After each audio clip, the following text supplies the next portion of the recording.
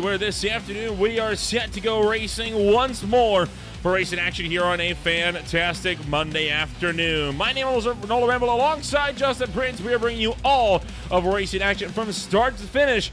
Oh, it is bound to be a thrilling ride from the biggest, baddest track on the NASCAR calendar. Justin, it's Talladega, a track that needs no introduction as we get set to go racing once again for round 8 of the High Tide Racing League Premier Series.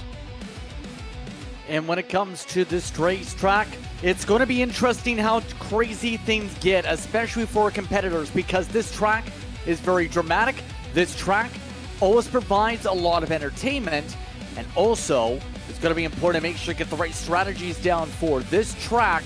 Can definitely destroy your chances for good points hauls if you aren't too careful. And with this race, bring us closer and closer to that chase start in mid-August. You better survive, and if you're good at super speedways, you better try and get a win out of the way. It's going to be pretty wild for the Talladega Super Speedway. Blazing Pedals, I know, had quite the thrilling finale last night, where they had an absolute demo derby at the line. And this race course will see us go into a few more technical racetracks after today, right? We'll be going to Homestead Miami Speedway, Lime Rock Park, North Wilkesboro, and Lucasville Indianapolis Raceway Park. Tracks that you should not drive with as well, but definitely lacking the pack racing mentality that we have seen from Kansas, Michigan, and Talladega in the last month or so. Definitely changes from the status quo that's gone as the past few weeks, but remember, the schedule essentially falls a bit in the real-life schedule, but also essentially what people in iRacing are doing outside the series when it comes to the C-Opens and C-Fix, where some of the tracks, remember, trucks aren't racing every single week in real life. So you have those filler racetracks on that official schedule. These drivers, as a result of taking advantage of this season's points, Jaden Hopp, no surprise, is your best right now.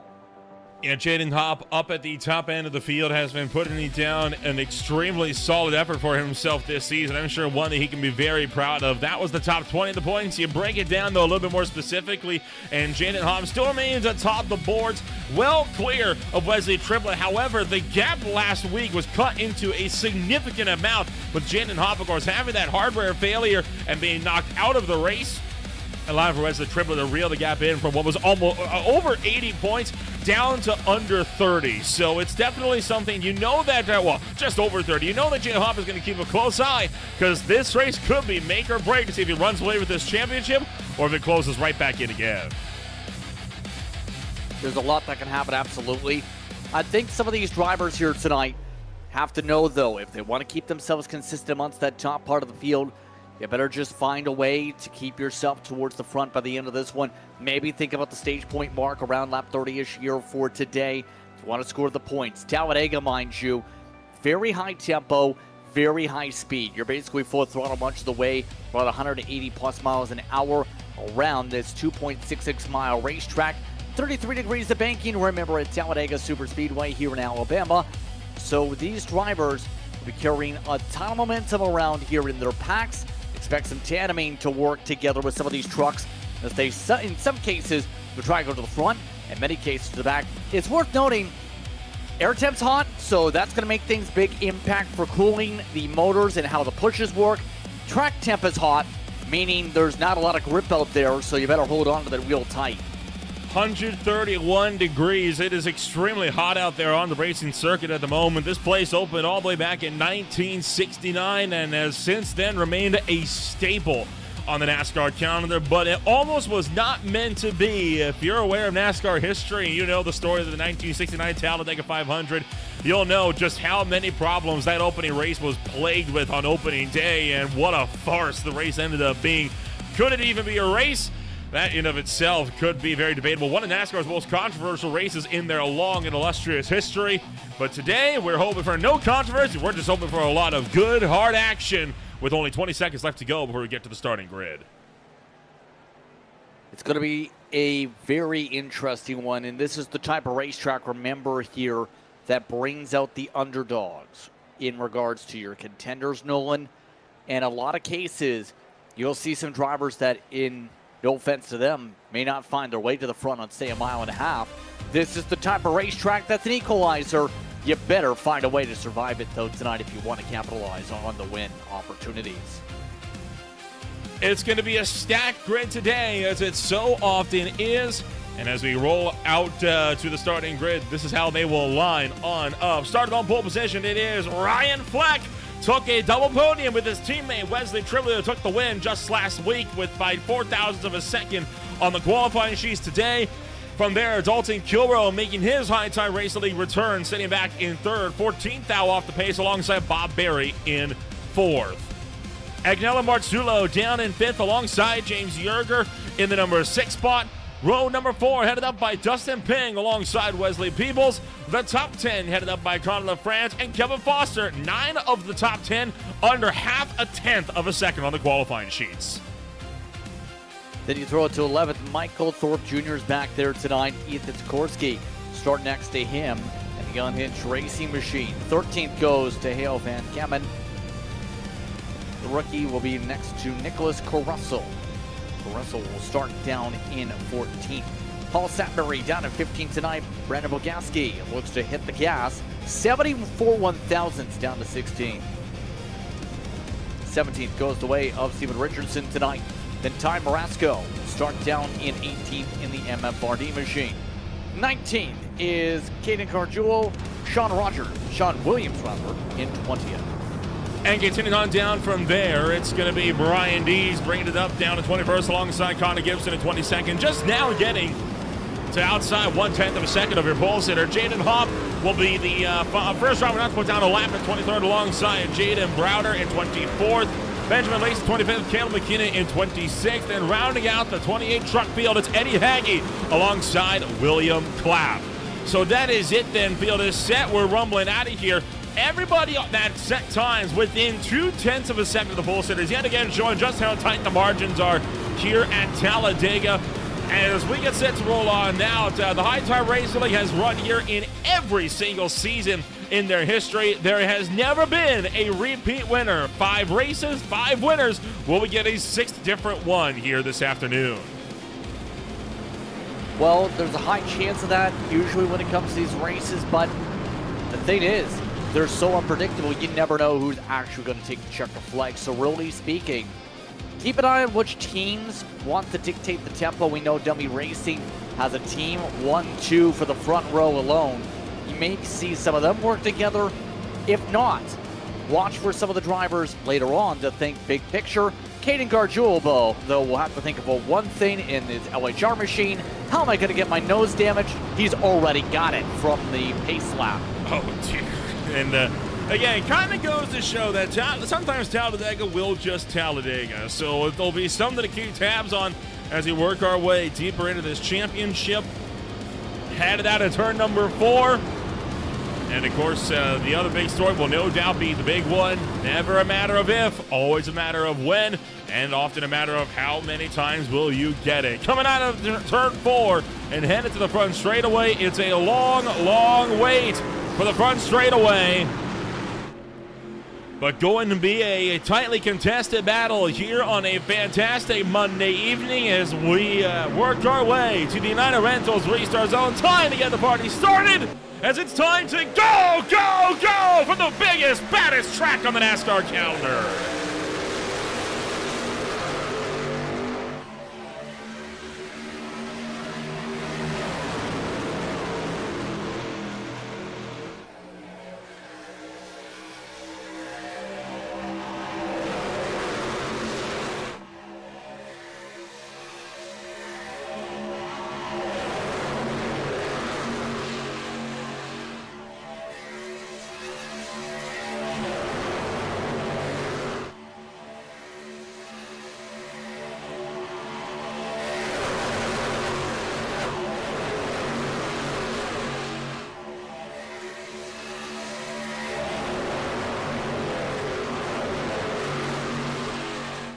Cruising down the front straightaway and back into the tri-oval, it's going to be Ryan Fleck, pushed by Dalton Kilrow, the Season 3 champion, who will make his way to the point early on, and lap 1 already in the books.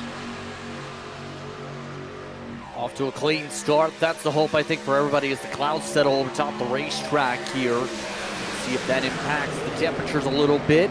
But for now, you can already see at least two lines forming up. The majority of the field not just trying to rush to the bottom, try and single file out here. They want to race.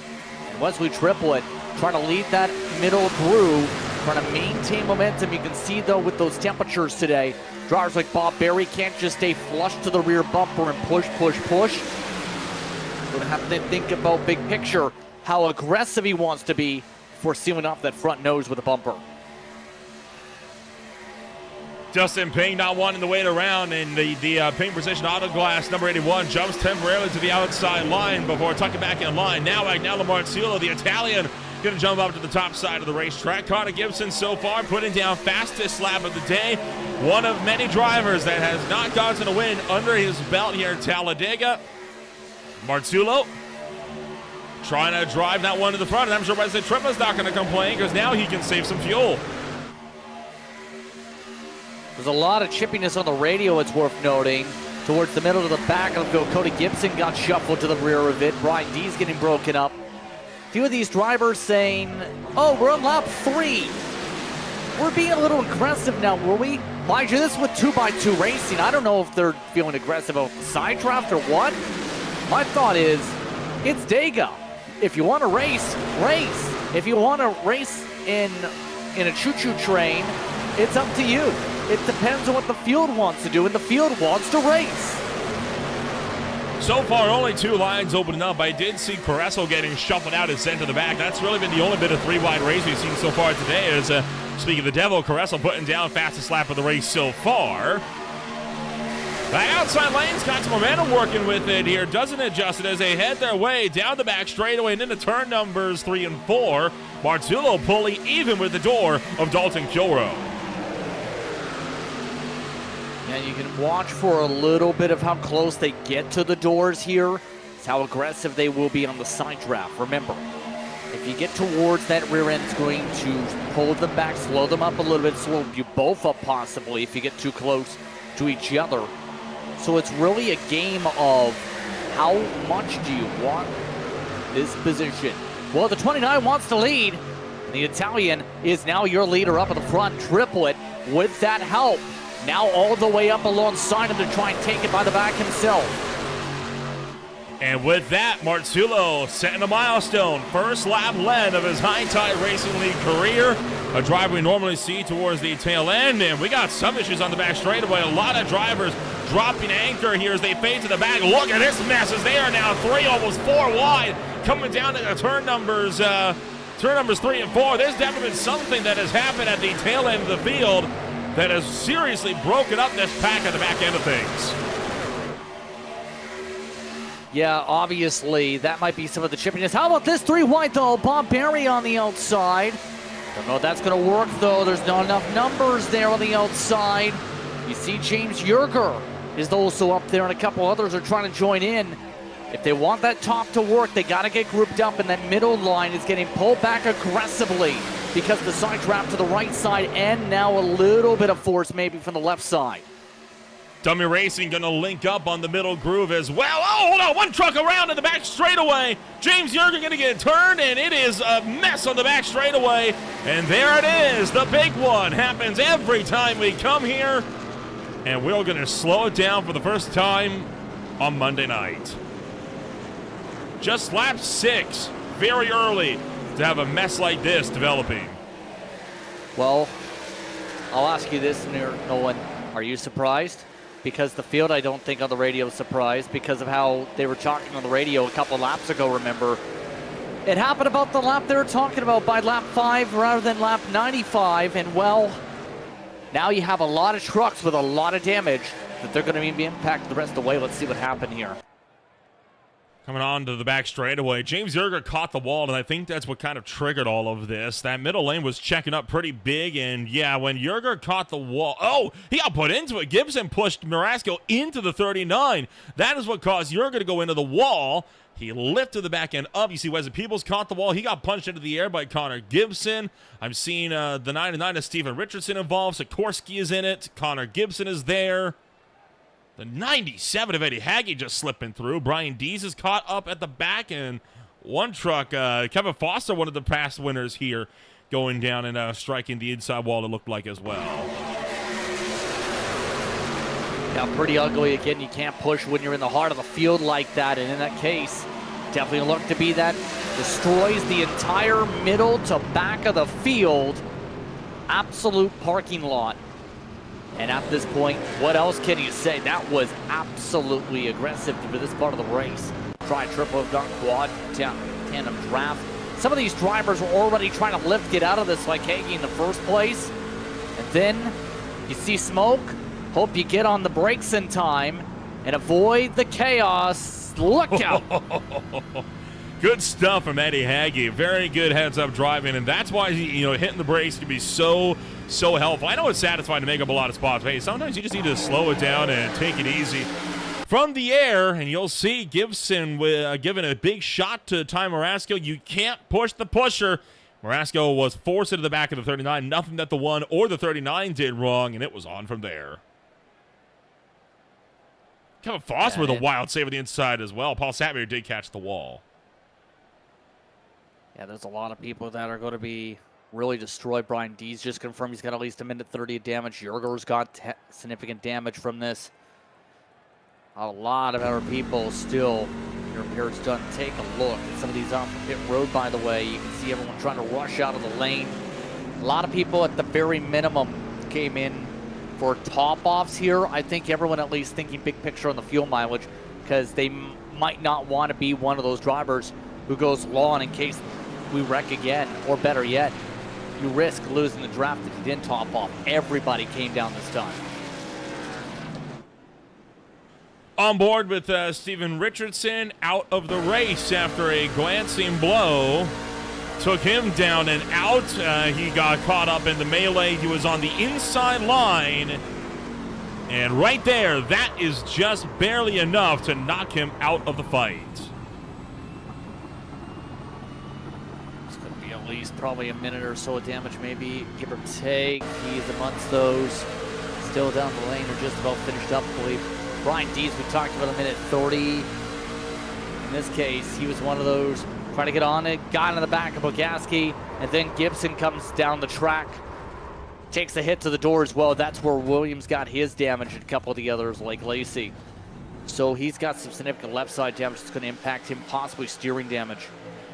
I mean, you look at just the sheer speed that the one was catching him, and it's no wonder that this caused a big mess on the back straightaway. And a lot of air that Connor Gibson gave to the back end of the 47 as well, punching that machine up and into the air. Take a ride on board here with the 31 of Gibson. This is what he saw. He is the driver that you could argue triggered the incident by pushing Marasco into Yerger, and there's the hit that lifts the 47 up and off the ground. Yeah, and remember, he was one of the drivers that just had gotten shuffled in the past a little bit to the back of that group. And now, race gets completely shuffled about yet again, all from drivers trying to push aggressive early in the race, in the middle of the pack, on the top of the racetrack, causing a massive stack up that, at minimum, collected with significant damage at least 10-12 trucks.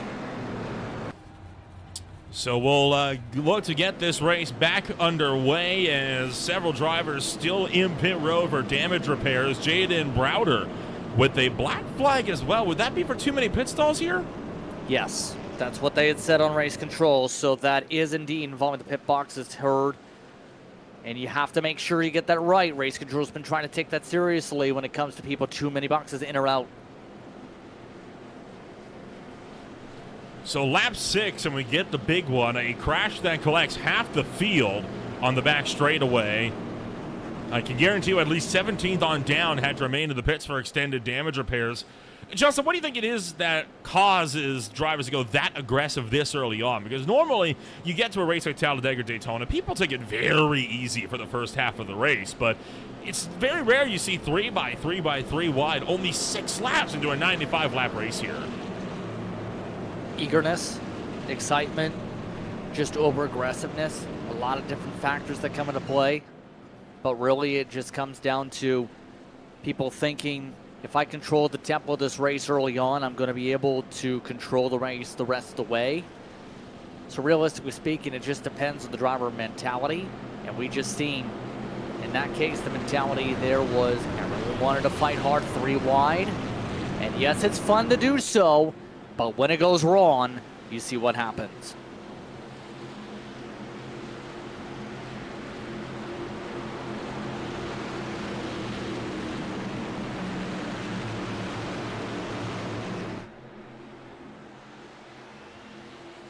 Coming around, turn number trial, what we'll call it, into the United Rentals restart zone. Green flag is in the air, and we are once again racing from the Talladega Superspeedway. See, kind of your point. It is kind of a turn. There isn't a start and finish line in the middle of it. But really seeing the outside work there. Look at that. Kilroe didn't slam the door shut. Thorpe to the lead. Michael Thorpe Jr. took a win at Daytona earlier this year. Has never won at the biggest, baddest track on the circuit, though. Looking for 3 wide, one of the dummy racing trio up top, trying to actually move to get around Daltico, but he can't clear to the inside. And Wesley Triplett, last week's winner, will be forced backwards. Not too many teams, per se, working together as much as I think we expected to start here. But we're already back to 3 wide racing. This field does not want to stay still, it seems. 5 down for his penalty. But Ryan Fleck up at the front, the middle's got the bigger numbers right now. Or did at least. Really worried about Caden Gargiulo in the 25. Second truck in line on the outside there. You saw how much it was weaving around in the middle of 1 and 2. That type of movement is exactly what causes massive checkups and the massive pileup that we saw in the back straightaway not too long ago. So if you're Gargiulo, you got to make sure you're keeping that truck steady, especially if you want to have any hope of a driver wanting to try to push you. Exactly. If you aren't able to hold a steady line down a straightaway, let alone in a corner, Nolan, you're going to have people remember that for later, because if you try and push them and they can't keep it steady, you're in a big issue. France Amonso's looking like he's going to look 3 wide yet again here on the onboards. But the point being made here is you have to be able to keep the pushes steady, and better yet, hold on to steady moves. That was aggressive from Ping. Dustin Ping, top to bottom, so it's season 2 or season 3. Trivia, look out, trouble back straight away yet again. Hard into the outside wall, Fleck up into the air. Multiple of the dummy racing contenders are around. Caution's out again, and the second big one of the night. In less than the amount of time it took to get the first one. I don't know about you, but uber aggressiveness yet again. The field obviously not happy on the radio right now. That could have been avoided. I have to agree, and I know a lot of drivers are going to be frustrated, and understandably so. I got to pose the immediate question, why the heck are we racing like it's a green-white checkered attempt 13 laps into a 95-lap race? There's no sense to it. Or blocking 12 laps into the wares to change Yerger on the radio, which he's got a point. Like, look at this. You'll see this on the replay. So they're working their way through the corner. I believe it was the 29 that set up apologies there. He went up a whole half a lane right to the middle line, was not even clear in the first place. Oh, and Wesley Triplett took a big shot to the shorts. There's Gargiulo, punched up into the air, Yerger up into the air. They're both going to spin down. Sean Williams to the outside wall. Wesley Peebles careens into the outside wall, and somehow they don't absolutely smoke that inside groove. Wesley Peebles still not on the minors, just there, finally locks it down with the brakes. And that, to me, didn't even look like a case of over-aggression from Marzullo. It looked to me, Justin, like he just lost track of where his truck was. Feel like that, too, because I think he was almost hoping that there was going to be a move up there from the Guardian machine, but it didn't happen. He was going to fill the middle gap if they moved up to the top, and as a result, big mess, and even more contenders collected. Look at this again. Yeah, you see that thought. I think he seen the 04 swoop up a little bit and was going to fill the gap, and it never officially appeared. So we don't quite get the same scale as the first big one of the night, but it's definitely still up there. Multiple war trucks down pit road, Sat Mary, Foster, Dees, and Caressel all with black flags. Hearing they'll fix that at the pit stops, I think is what they said. And just about everybody came down again. A lot of top-offs on fuel from some of those who avoided the chaos, but there's a lot more people with damage. You have the 29 down there. You have drivers like Triplet now with heavy damage. Marasco's in the grass. Yerger yet to make the pit stall. Foster again. This is absolute pandemonium. That just did not need to happen. Michael Earp Jr. did a good job to read the situation and cut back to the inside. I think Benjamin Lacey actually may have made it through the melee right on board with Lacey, and what he saw with the number 7. Yeah, this would have been potentially a second incident in as many potential possibilities. Oh my goodness. Boy, you're kidding me. No way. I think he made it out of that. I think so too. I don't think anyone hit him. I don't think anybody bumped in the back. That was impressive from the 7. Just enough brakes. Any more, probably more damage to have to deal with. And you called that Ty Marasco may have been into the grass here entering pit road. I think it was more so towards the exit-ish, and you see him amongst those on the replay in the heart of the field. There were a few people saying, I've got penalties here, I got penalties there. Marasco apparently went to the middle line, and then you see on the exit, hits Yerger, that's why he missed his stall, then loops it into a full 360. And that'll be a black flag for an unsafe pit exit, and possibly a second for an unsafe pit entry immediately after. I mean, at that point, you may as well just commit to the bit and just gun it through the grass. You're not getting out of that. I mean, you can argue it more to race control to say I got pushed around. If you stay in the pit lane, you're basically getting rid of that chance if you just say, I'm just going to go on the racetrack. I'm in the grass. Let's go to the tri-oval now. And completely miss the blue cone. So on that note, though, Hagee at the very least is going to get the chance to control this restart. We have some people who just got repairs done going to be possibly pinned a lap maybe.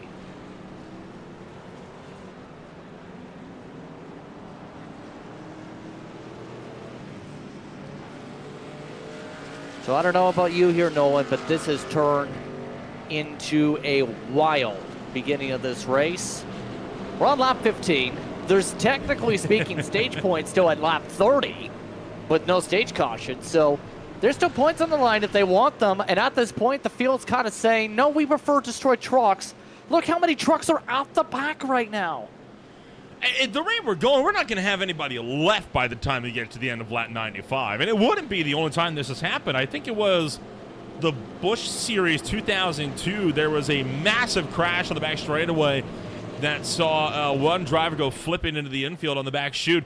And I think it was a grand total of 4 cars out of a total of 43 made it through unscathed. And the only 4 that made it out were ahead of the wreck. And there was only, I think, 12 cars in total that managed to actually make it back out onto the racetrack. It was some ridiculous number. Remains one of the biggest crashes in NASCAR's modern history. All I can really say to the way this has gone so far is the field's racing how they want to race. And they're making it clear. They're not afraid to be aggressive. They're here to have fun. But the thing is, what's more fun? Running laps or fixing 2 to 3 minutes of damage repair?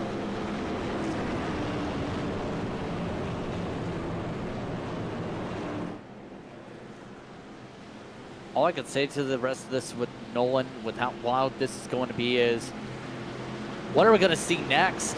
With so many drivers already having to get repairs, a fair amount of drivers going to be single file here, some of them still catching the pack.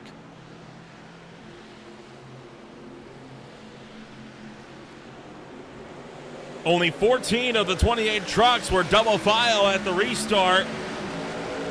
Eddie Haggett getting out with a big jump, but that's not good for him because that means he's going to be a sitting duck for that inside line. Look at how much of a gap he has back to Brandon Bogaski, who's going to be setting up a run. There's no way Haggett retains the lead through lap 1 here. I don't think so either with the way things are shaping up here for this restart. A few drivers talking on the radio back and forth, just communicating to figure out what they want to do and figure out who's got trucks they can work with. And we're already checking up. What are we doing here, guys? I don't know what that was about. I think just simply that was a massive amount of speed difference with the pack conversion. St. Mary trying to give a push in the heart of it. Well, Dalton Kilroe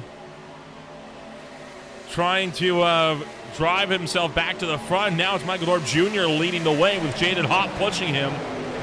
Brian Dees also trying to make a look to the outside line. That has caused 16th on back to fracture from the pack. And the hope is that now we will finally be able to get to a bit more of a rhythm here. But it might not happen though. It's Ty Marasco giving a huge bump to the back of his MFRD teammate. Yeah, more drivers, I think, kind of stating with the way they're running these lines here, they just want to get out of this. They want to try and reset and regroup and see how wild it's getting. What are we doing? I don't know why we're pushing in the corner either, Nolan. Well, I'm not going to fault Dees for that one. Bogaski moved up, and if Dees had it lifted, he would have turned himself right across his nose into the outside wall. I mean, we're forcing moves here. We're throwing blocks. We're pushing in corners. It's lap 18. We're not even a third of the way in. I don't know what to say. It's just turning to an absolute stunner when it comes to what we see performance-wise and race-wise here today. This has just been another one of those wild races you see at Talladega. The thing is, the wildness starting off from the onset.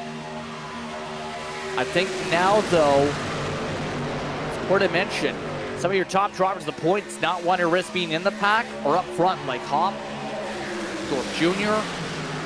Some of these drivers just saying, I'm not going back there with what's going on.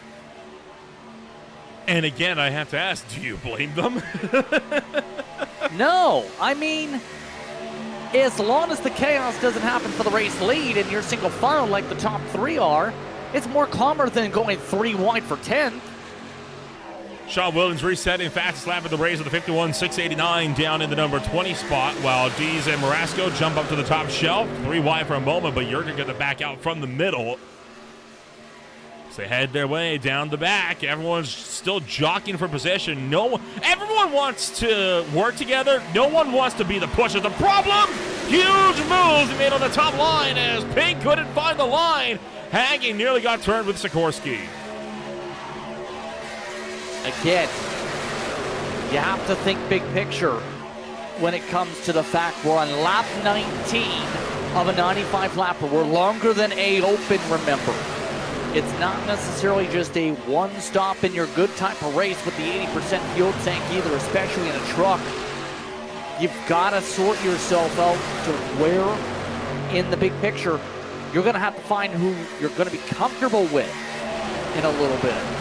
Everyone's trying to steady out now, but I think now we're finally, for a little bit, going to see this field calm down because we only have so many trucks left.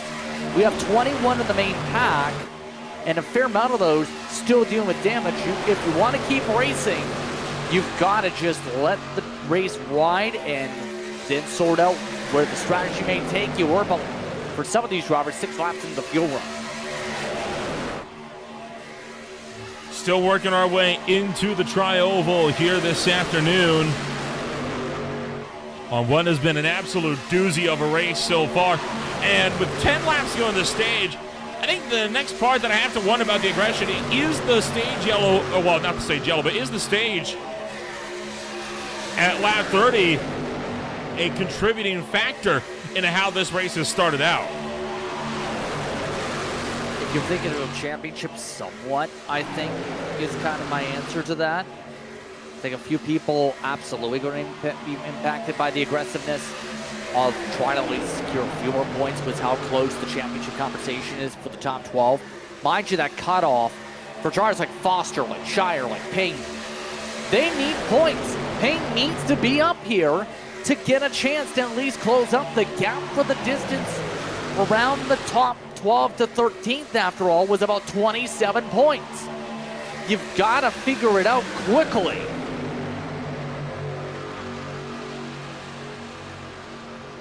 Pagay forces the issue down to the inside line. Conor LaFrance yet again looked for the outside of 3 wide, but no joy on that run. On board with Heil Van Commendes, the Ford F-150 running 9th, up 3 spots after starting in the 13th place position. So Van Commend doing a pretty good job of just trying to keep that truck clean, and could be looking to come out with one of his best results of his Hyundai Racing League career so far. Tell you what, Heil's been making a lot of ground in the last few weeks, right? It was such a rocky start to the season, but more and more lately, he's been able to push himself further and further up the grid.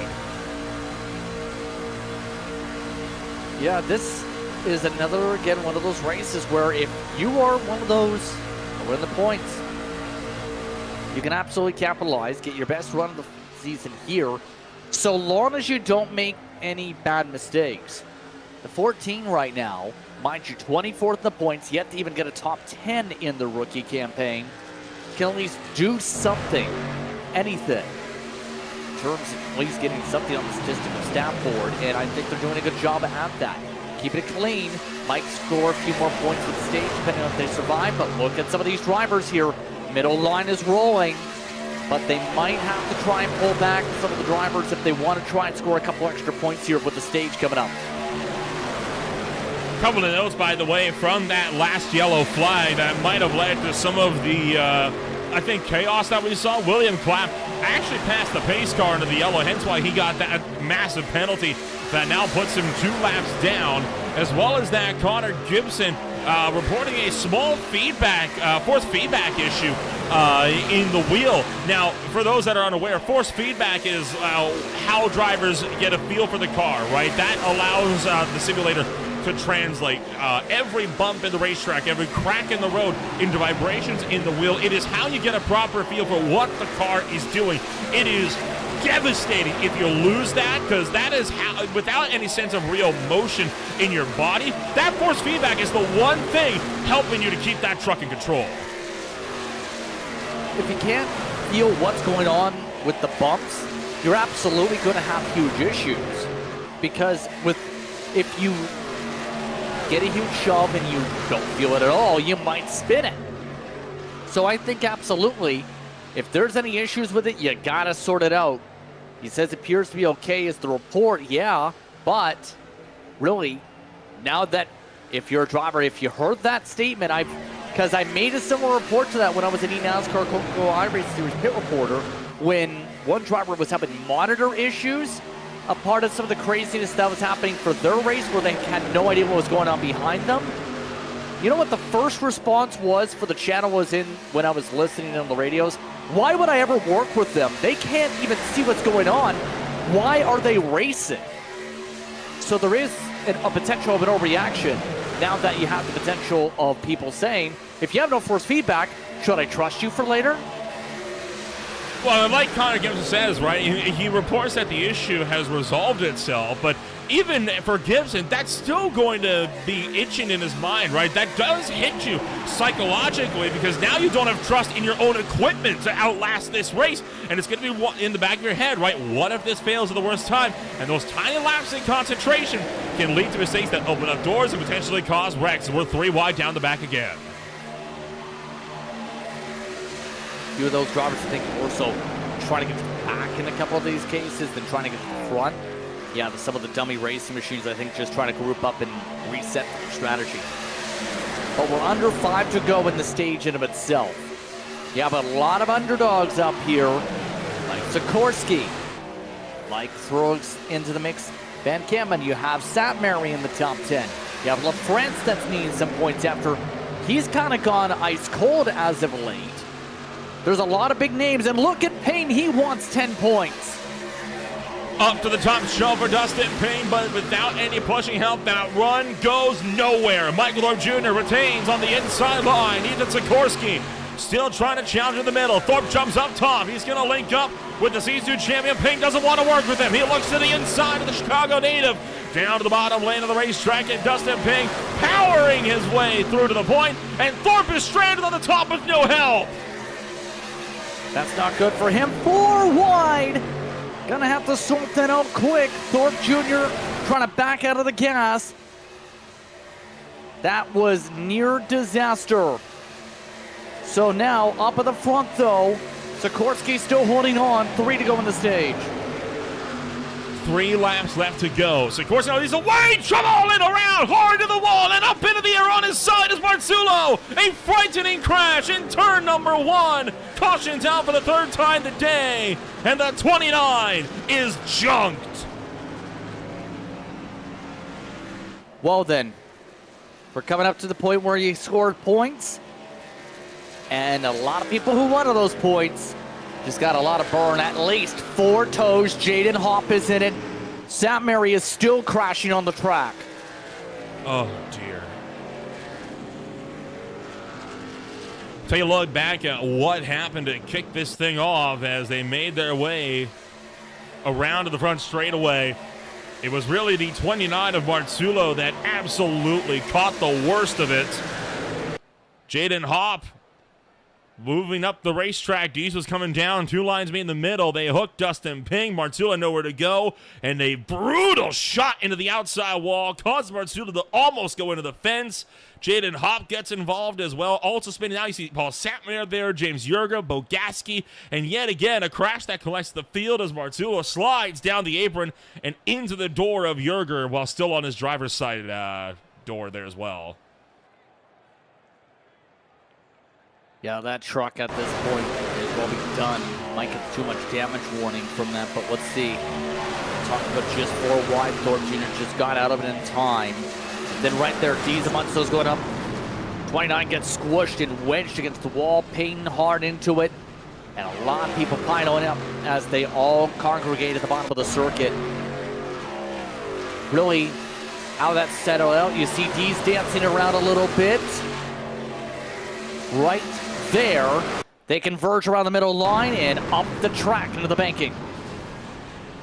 Yet again, another absolutely brutal hit into the outside wall, and I know a lot of drivers are going to be feeling the pressure now as a result of that absolutely brutal accident on the back straightaway.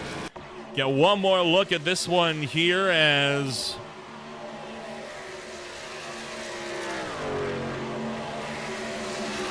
here comes the pack, and they're going to enter bottom of your screen and already into the wall for the 29.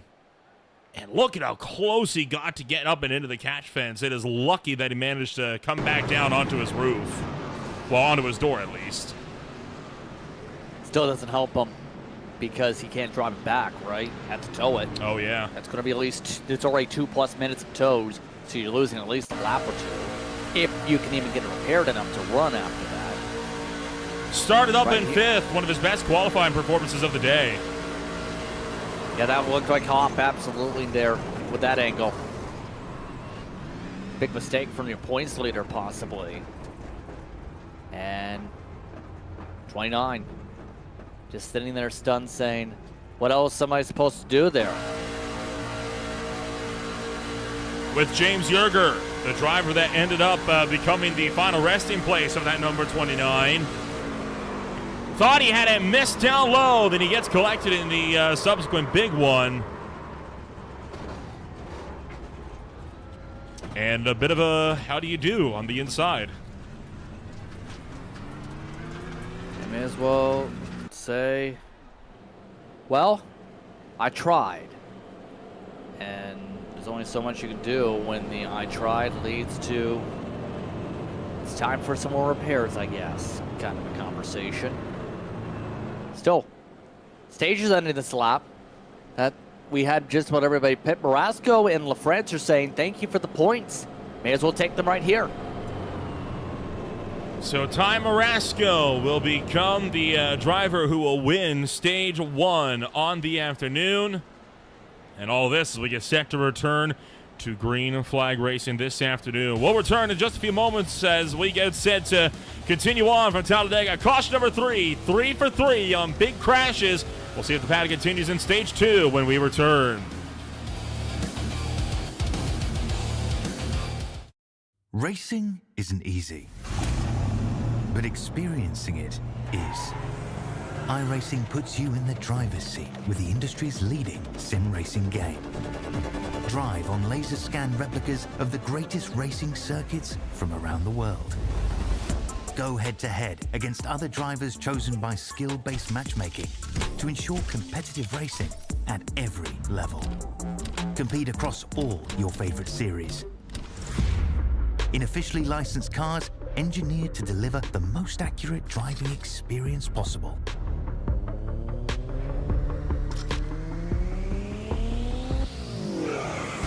Join a race or host your own with players from across the globe. Race against the computer or in a league with friends.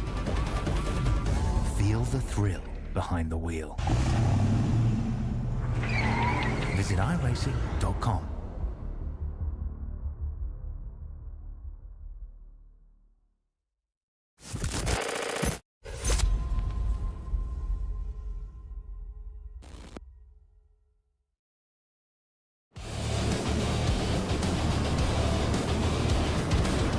Welcome back to Green Flag TV. We are getting set to return to race in action here this afternoon.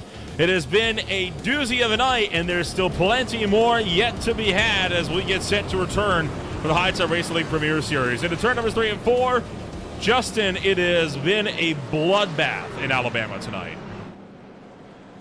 It's been a bit of a wild one.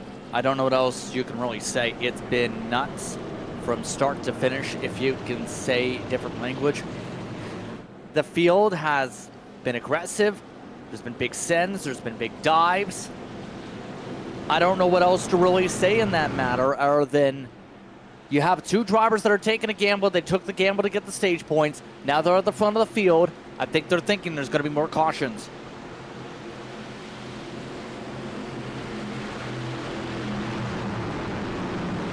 Marasco will work his way to the United Rentals restart zone. We'll see if maybe Stage 2 is able to pull clear.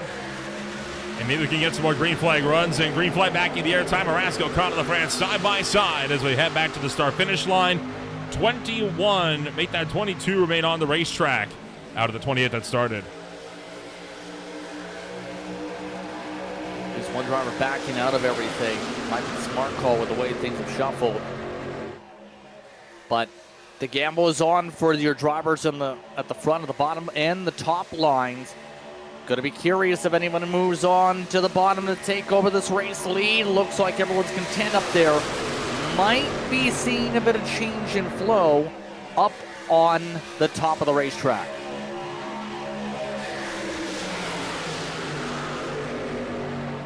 Carl of France up to the top shelf, and he's going to look to pull clear with Eddie Haggett, Ethan Sikorsky hot on his heels. Bob Berry running in the wings down in fourth as we're 3 by 3 wide in the middle of the pack.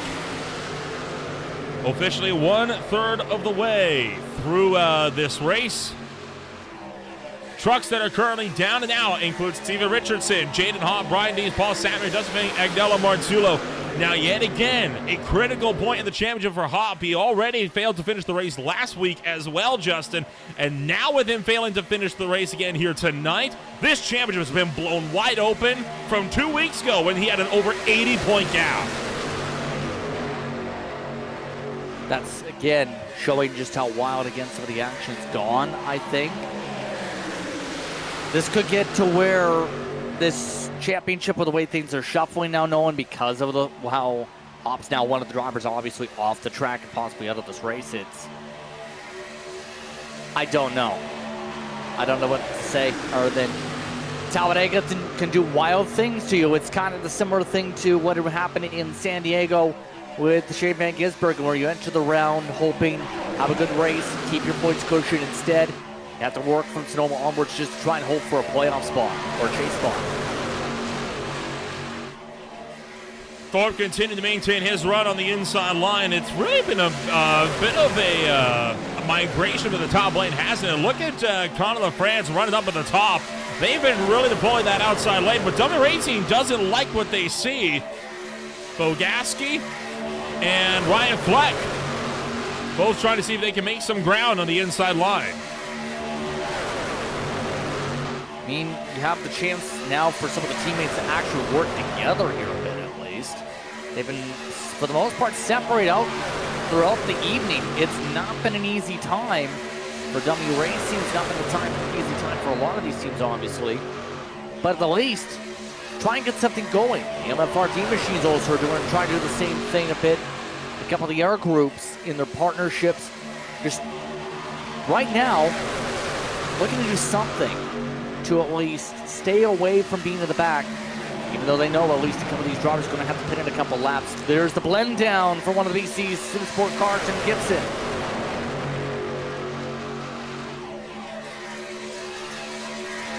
LaFrance still maintaining his run at the sharp end of the field. And there's the look to the inside. We knew it wasn't going to last. LaFrance has not made a lot of friends so far this season. And veterans like Hackett and Sikorsky are letting him know it as they abandon the top lane and jump down to the inside. And that is going to absolutely destroy the top lane charge. Yeah, this is, you see how much they're pushing each other right now, getting close to each other in the corner. Everyone's slowed down at least to under 180 miles an hour. That's how effective that sidetrack can get, but it has to be used as a tool rather than everything every single time around. That's why sometimes in the pack, you'll see these massive gaps that a few competitors will just drive through if they're one of those that say, what are we doing? Still have plenty of action to run. LaFrance maintains his run up top. Hackett down on the inside. Right now, Bob Berry, Ethan Sikorsky, the two main pushers. Lap 37 of 95. A very, very long way to go still. Hackett doing what he can, though, to at least keep his pressure up at the top end of the field. Sikorsky running back in third. And I think we're finally starting to settle into just a two-lane rhythm as drivers start to go into the long haul. I'm sure Race Control has been keen on having a word with these guys over all the cautions they've had tonight. If I was Race Control, I don't know what else I would say. There'd be a lot of different words I'd use. But all I can say to that end is, now, you still have a long way to go. You have at least one or two pit stops you have to think about in this race. For now, we're going to see who wants this the most. LaFrance seems to be one of those, seems to want to at least lead this pack still. Yes, he's going to have to come in soon, but his gamble is these drivers are going to get uber aggressive behind him, then he gets on the same cycle. He needs that to happen soon, or else he's going to be on his own on an island with Ty Marasco in about 5-10 laps.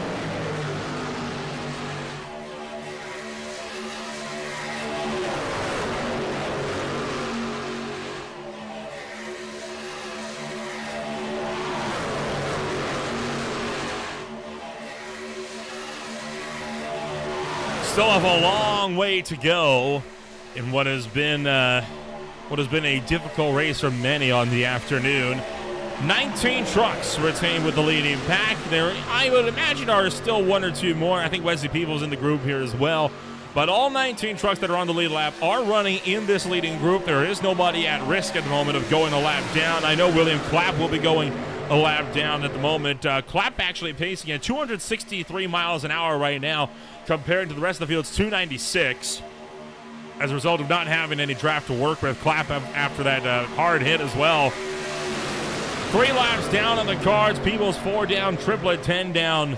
Outside of them, those are the 22 trucks that are made. Everyone else is on the lead lap. Looking pretty steady now with a few of these drivers. Absolutely now, as they all rumble. That being said here, Bob Berry good day. He's another one of the drivers yet to get a top 10 this season. He's right now about 21st in the points. This will be a good shot on the arm for the 75 to say, I can do something speed-wise here. I know he puts in a lot of work when it comes to this series in the league.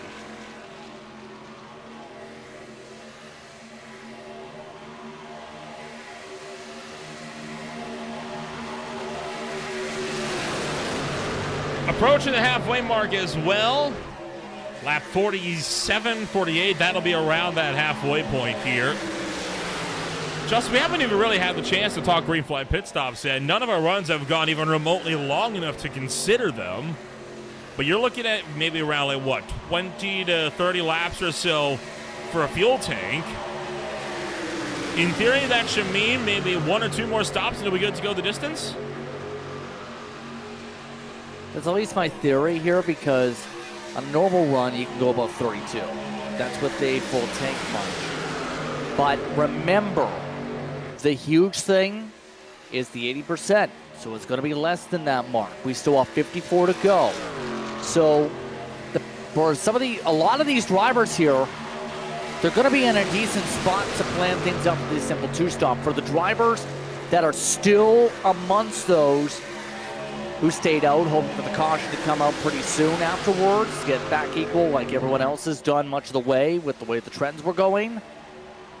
Those drivers are going to be very awkward on pit stop time, and I think the rest of the way, with as well as be without the draft. So it depends on what the drivers do, and how this field actually races. But some of these drivers, I think, absolutely are going to be hoping for a little bit of carnage to help them. Well, they've had no shortage of it tonight. I think the one worry they're going to have is, do we have the numbers to still have any more carnage for the end? Ty Marasco making a decision to come down pit road. Now, this is all by himself, and an interesting decision for me. He had 28 laps on his stints. I'm willing to bet here, JP, that this is a pit stop out of necessity, not out of desire. This is a necessary one, because remember that number? Well, we're seeing that now for those drivers. Little Frank's gone to the back. He's coming down pit road. In fact, I think he's brought a friend and Kevin Foster at least to help him. But the 07 now needs to hope to stay on the lead lap and then get a caution before they get lapped here. Well, this gives us valuable data, right? Fuel window pretty much even at 28 laps, so these drivers exactly halfway through their fuel runs now. So this is good information for the rest of the field at least, and good information for us up here in the broadcast booth as well. So we now know what the fuel numbers are. You're looking at 25 to 30, give or take, for a run. Exactly. Drivers obviously are going to know that with their black boxes, but that does definitely help for those watching along, obviously, the crew chiefs. They may have missed that memo. Going to be helpful. Oh, you're kidding me. Oh, no! That's Caden Gargiulo up into the outside wall. No caution. We'll keep it green. Gargiulo wrenches the car off the wall, and he's going to get it back underneath him, but more dramas exiting turn 4 this time. Absolutely stunning. Absolutely stunning with the way things have gone. I just cannot believe this has been the time for the race tonight in this field. Going to definitely have a lot of talking to with the way things have gone here this evening. Let's see this again. This has been chaotic. This is well after the incident has already occurred. Were they 4 wide coming out of turn number 3 there, or turn 4? To see that angle again, but yeah, they're already 3 wide in the first place. They're already been chipping on the radio. You see that checkup push them to about 4 and a push in the middle of the corner. Dummy Racing with their 4-truck roster trying to get a run going, and it just went awry for them. And poor Caden Gargiulo was caught as the innocent bystander through no fault of his own. Stunning. And it continues what's been a bit of a wacky one here this evening for High Tide. Now, seems with the pack split up here, obviously this is going to change the dynamic a little bit, but these drivers are still about 10 laps or so away from the next thought of a pit stop. That will put them right at a one-stopper after that point to the end. A tight one, but they would be on just about on the number to do it. 50 laps to go. This time by at the line as Bob Berry started to pull even with the front two as well. Right up to the door of Connor Gibson, Eddie Hagge as well.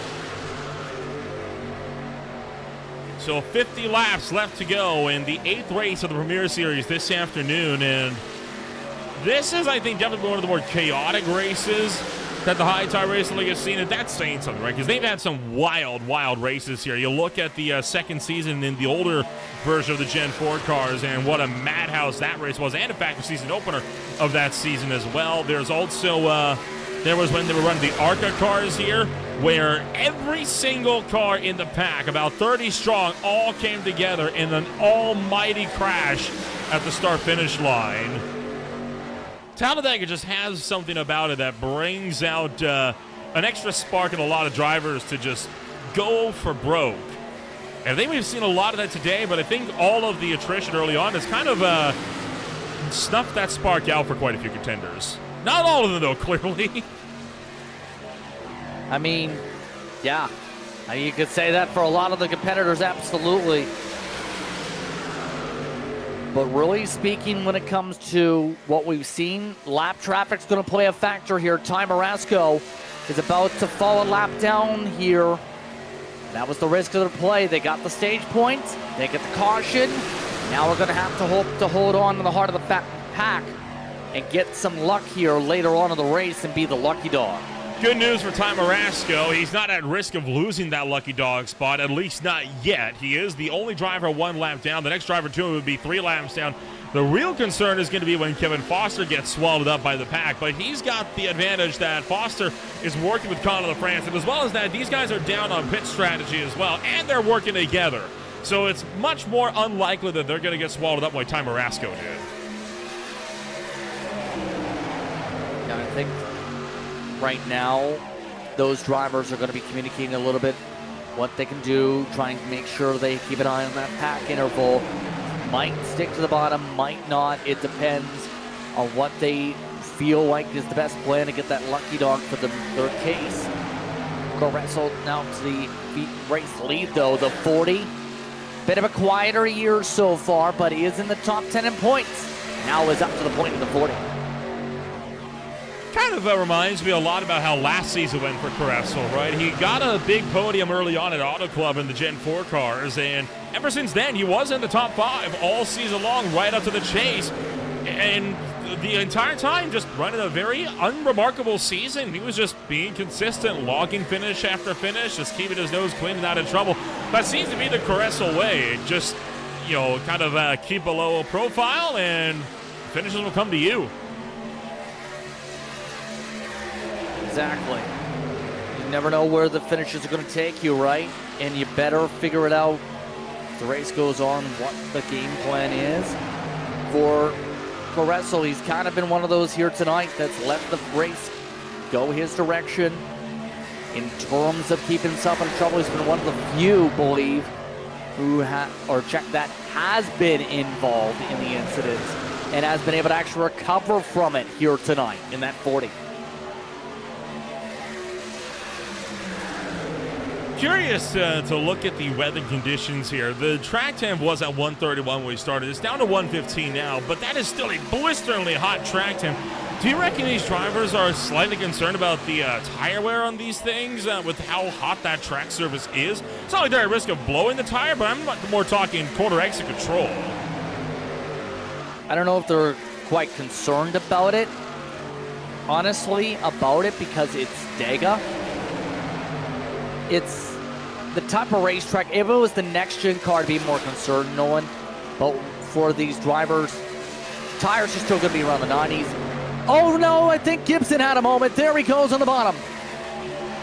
Eddie Hagge, gracious enough, lifted out and allowed him a chance to get back in line. So that could have been much, much worse for Connor Gibson. Let's take a look back here, find out what happened to that number 31 entry. This would have been headed out of turn number 3 and onto the front straightaway. Yeah, you see this right here with the 31, just riding, minding their own business. Then boom, push in the middle of the corner. Luckily for him, he filled in the one gap on the bottom. Eddie Haggy with an amazing job of heads-up driving there to keep himself from turning the 31 car there. They're side by side now, Bogaski and Gibson, and I'm sure Gibson is still in shock at the luck that there would just happen to be a gap just wide enough. We almost had a repeat of virtually every single caution we've seen so far tonight. And still be in the main pack. That's the most incredible part of that. Anybody else or any other time in that field, you're probably talking about this field imploded, to say the very least. But it's surviving.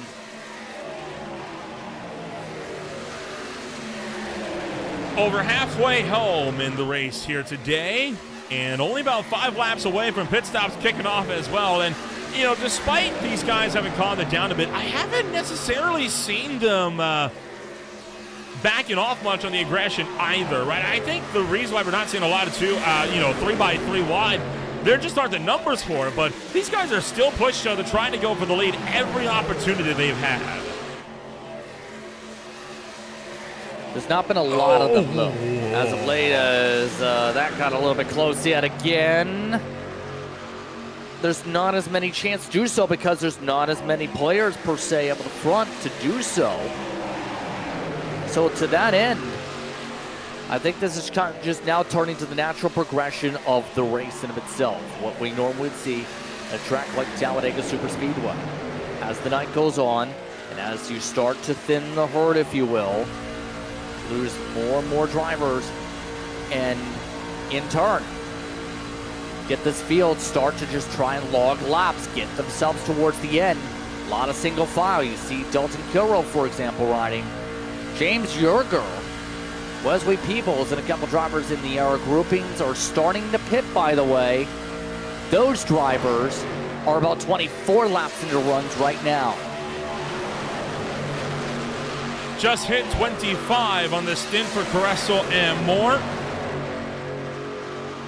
Ty Marasco, you saw him actually trying to follow the Dumber Racing duo down to the inside where they took over the second and third place spots. I think Marasco's trying to race to get his lap back with how much he's sidetracked from these guys. It's just not panning out the way he thought it would. Wesley Peebles and James Yerger both in a pit road. A little bit on the mark here as see some of them at least taking the tires with the amount of fuel needed. So this is going to be, for a lot of these drivers here, number-wise, a little bit off of the math. This will be more so 40 to 41 laps to go. Still would have to come in another time after this regardless, as we talked about. So really, we're talking about the next service coming around about 15-ish to go as everyone else is starting to peel down. Pitting just shy of when they needed to. I like the call, though. I mean, make it easy on yourself. Pit a couple of times, just more kind of average it out instead of going to when the fuel tank's in. Then after you have to kind of guesstimate on how long the run is going to last. This way, at least you have another pit stop, so you can kind of mulligan yourself into a fuel strategy if it works out for you. Drivers making their way back out onto the racetrack. No problems from the looks of things on the exit. We'll have to see if race control agrees. We have not yet seen a single race where drivers have been able to remain clear of the pit stall penalties. We've already had one today. Yeah. These drivers in here making sure they don't get any speeding penalties after all. Don't think we've had any so far here amongst this cycle. Last of these leaders keeping it pretty quick on the effort. We'll see where they cycle compared to the others. Mind you, a few of the drivers saved some time with 2 tires and fuel. Caressel caught up against the pit wall and he can't get into his stall. This is a devastating mistake. He's going to lose the leading pack for sure. This is a race killer for him, and Hayo Van Kamed has been caught for stalls. Well, you better find a way to get it done right on that entry, or when you go in and out of the stalls. Men, going to be one of those who pays the price, it seems. Here's Caressel. He's just off the pit road. lost about 6 seconds from this mistake. This is high event command. The carousel incident is coming up, but this is what happened initially to command. He was fine on the way in, so this would have been a pit exit mistake, and a costly one at that. See him quickly trying to make the service as we zip, zip, zip. 1, 2, 3, might have been 4. Yeah, just barely nicked it from the looks of things. And then this was Caressel already in the box, and this will be on board with him coming into pit road. I think in his thoughts, he was just saying, I've got to make the service. I got to get in. I got to get in. See, starts to angle in, and starts to wheel hop as he shifts through the gears, and it costs him. I think based on how much sharper it turns right at the end, I think it became a little bit clear to him, oh shoot, my stall's way earlier than he was expecting it to be. That's definitely a factor too, in terms of maybe waited an extra stall.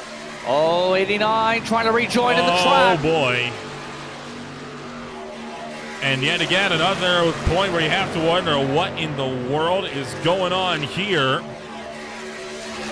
As Sean Williams coming up from the inside line. This is coming off of turn 2. Bad bump from Sikorsky. Pushes him onto the apron.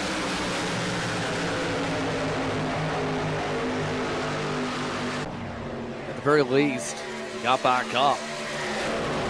But right now, the big thing to know, we have 10 drivers, just 10, who are in the main pack, and they're getting a little bit feisty here. Lacey trying to drive himself to the front.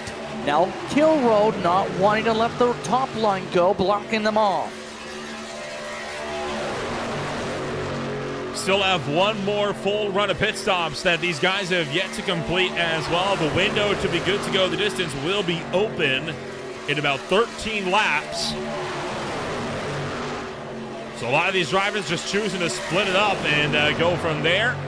We talked about this before. It's a strategy that you and I both approve of. Makes it a little bit easier on you, especially since it looks like the yellow flags have kind of fallen by the wayside after an attrition-filled opening third of this race.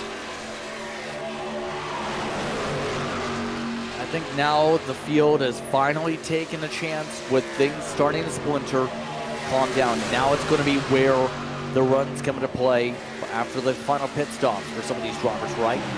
Seeing Lacey really trying to get something powered up here.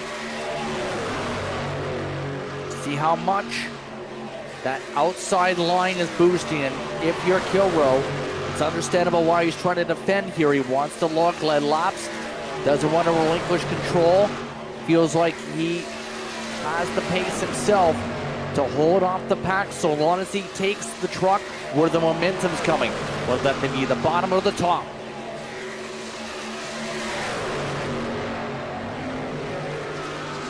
Canterguard Jr. going to follow a lap down while BC Sim Sports Connor Gibson ducks to the inside. Will seek to drive around Lacey and Kilrow.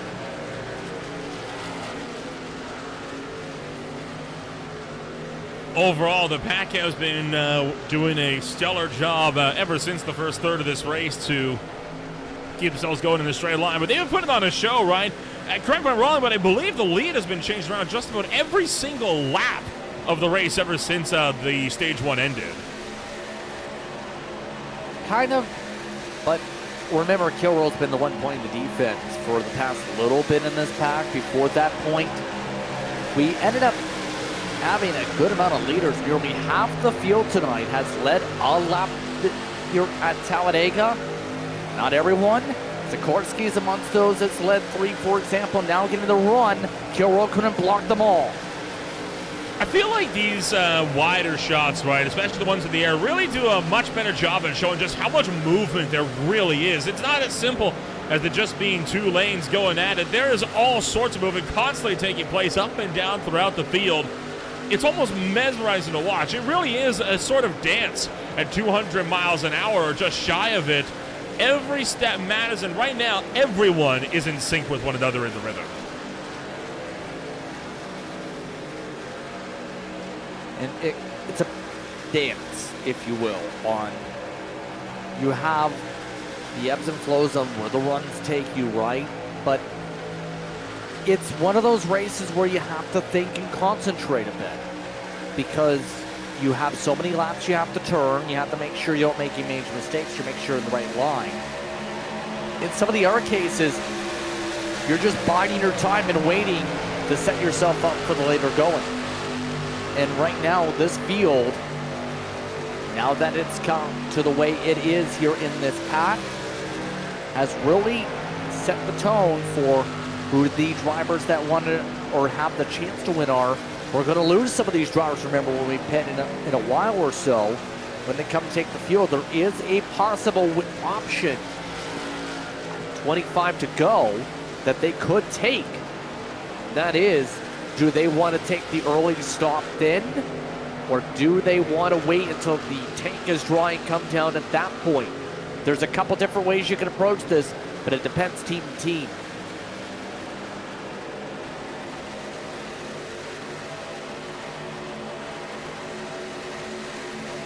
Brandon Bogaski starting to set something up on the top lane of the racetrack, and Dummy Racing, we've talked about them before, right? They were a force to be reckoned with at Daytona when all four trucks got linked up. They don't have all four of them here because one of their contenders, of course, is down and almost out. That driver being Wesley Triplett, 3 laps down. Right now is in the middle of this field, but 3 of the 4 not having, 3 of the 4 are up here. Oh boy, look at Dalton Kiro trying to squeeze them up. But this is what team racing can do, right? As they're working their way up to the top side, they're in complete control of the third line. Exactly.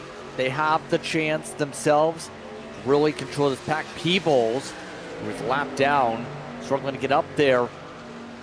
But they need more than just the 3, and I think if they had full strength in numbers, it'd be a little bit more different. But for them, they're making it clear they want to help whoever they feel has got a chance to win, and Bogaski is the one driver that's got the opportunity left amongst this group from Dummy Racing.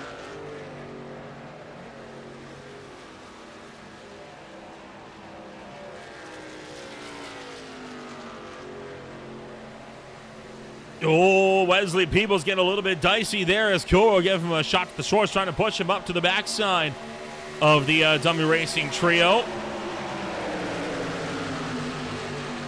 Approach the final third of this race, and it's not going to be much long before that pit window opens. And you'll be good to make it to the end on 1 pit stop plus some change in the event that we go into overtime. Not even going to bother to pose the question if we have any favorites to win this race. I know better than to ask that at the Talladega race of all places. I think the real question is, do we get any more calamity before the end of this one, or do we see this race go green from here to the finish? I don't think that's a question we can answer because it depends on what happens in the other packs. I think is going to be the bigger thing. The lead group, I think there's a bit more trust with the way things have started to settle down here late.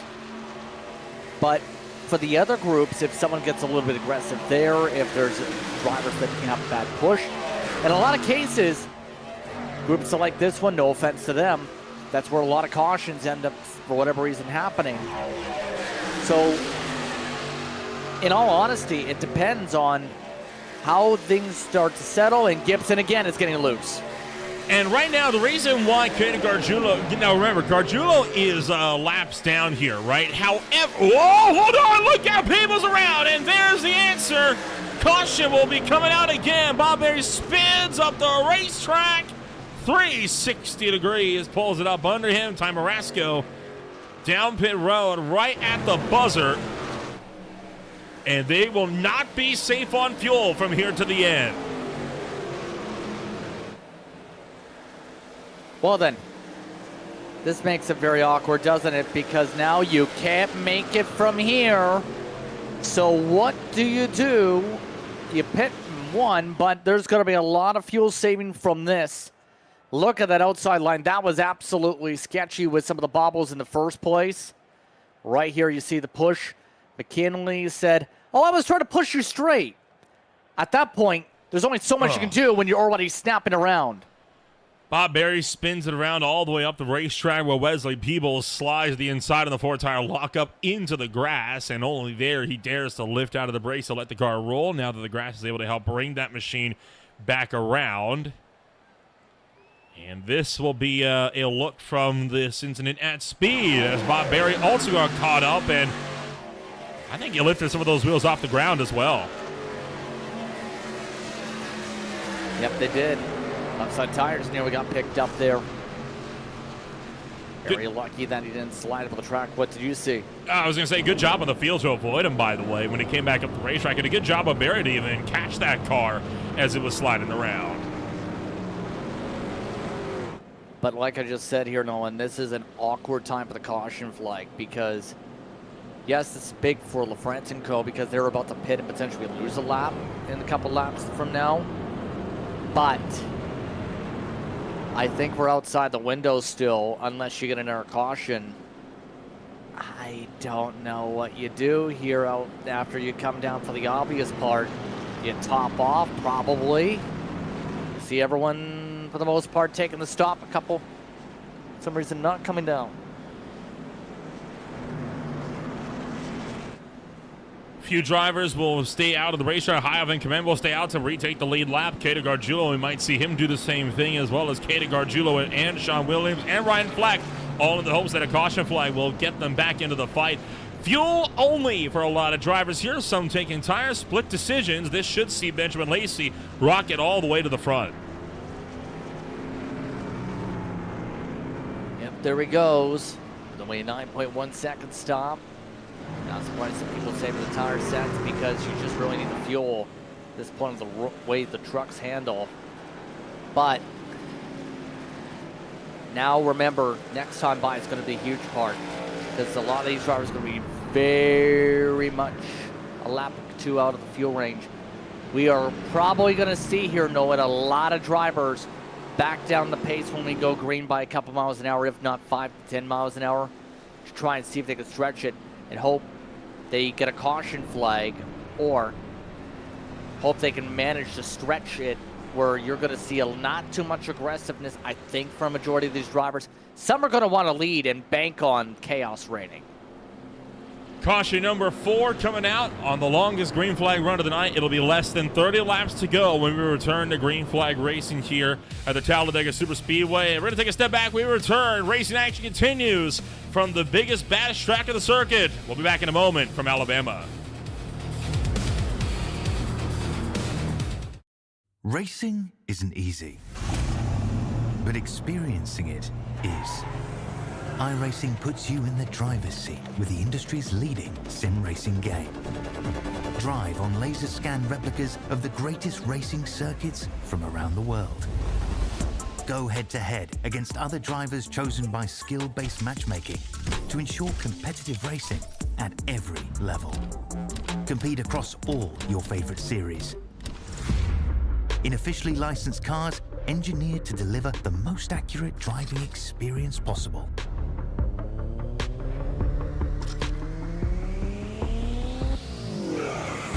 Join a race or host your own with players from across the globe.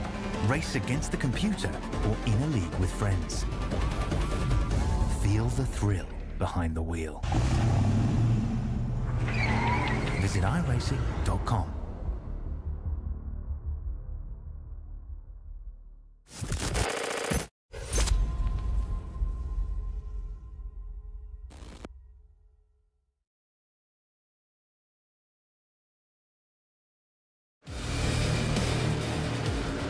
Welcome back to Green Flag TV, where racing action set to continue once again, and it is strategy calls galore as virtually the entire field coming down to pit road once again, just topping up on the field to get themselves a better shot at going the distance. Once again, my name is Will Ramble alongside Justin Prince, bringing you all the action from start to finish here this afternoon on what has been a wild afternoon of racing so far, and plenty more still yet to run for the Talladega Superspeedway.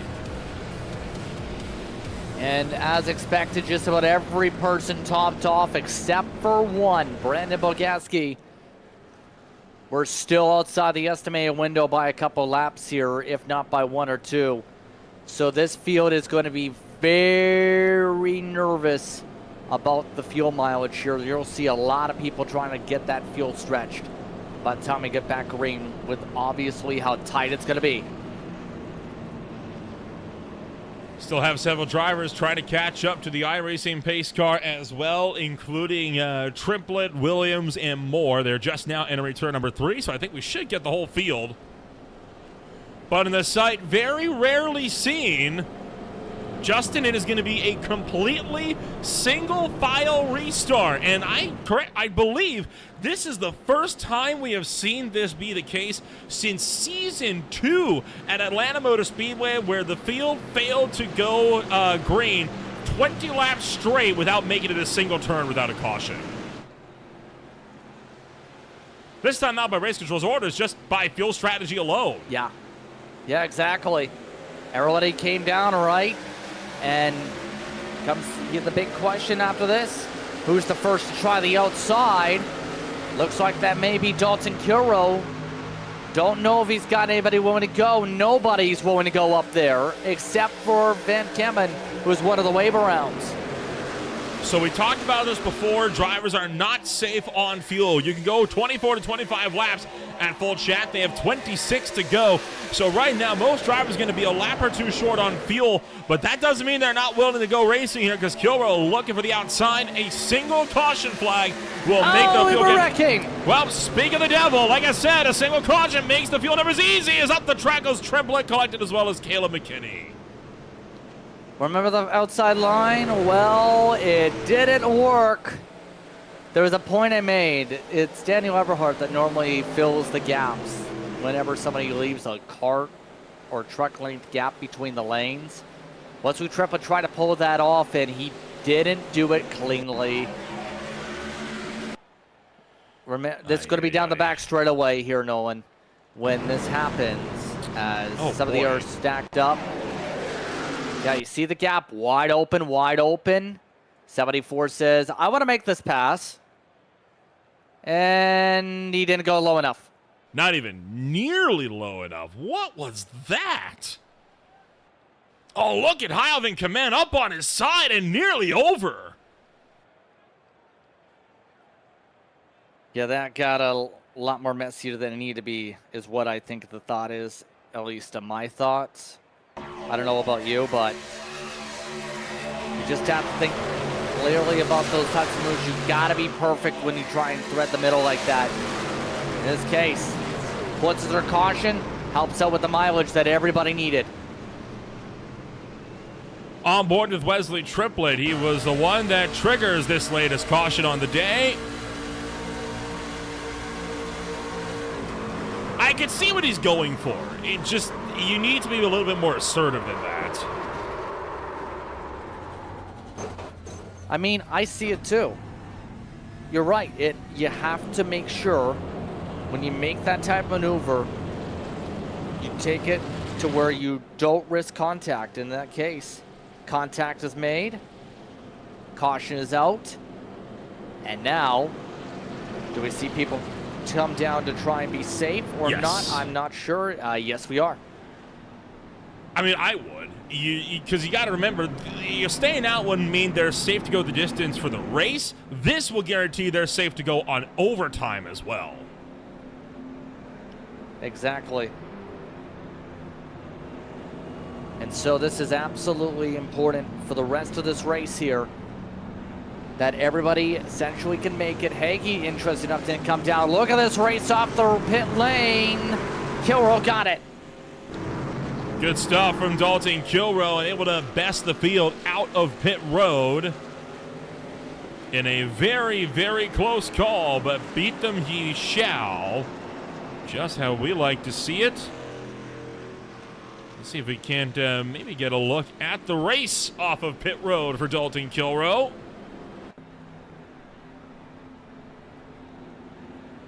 As he was starting to make his way up and out. Again, Got to make sure you're assertive when a lane exit, obviously, in this type of a pit lane battle. Gilrow had the advantage on the pit boxes in the first place, gets it done to get the edge, and now gets second on the track. And if that's how close the races are coming out of pit road, you can only imagine it could be even closer when we go racing later on here this afternoon for the finish of this race as well.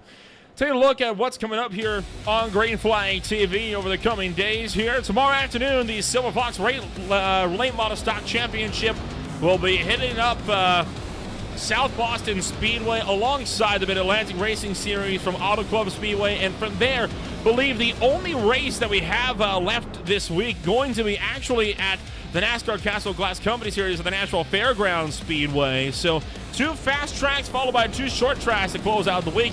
Just, it's one of the lightest weeks we've seen on Green Flag TV in our history here, especially so in 2026. What you got any plans for the days off? I'm doing broadcasts. Fair enough. Fair enough. If you don't have work, find work.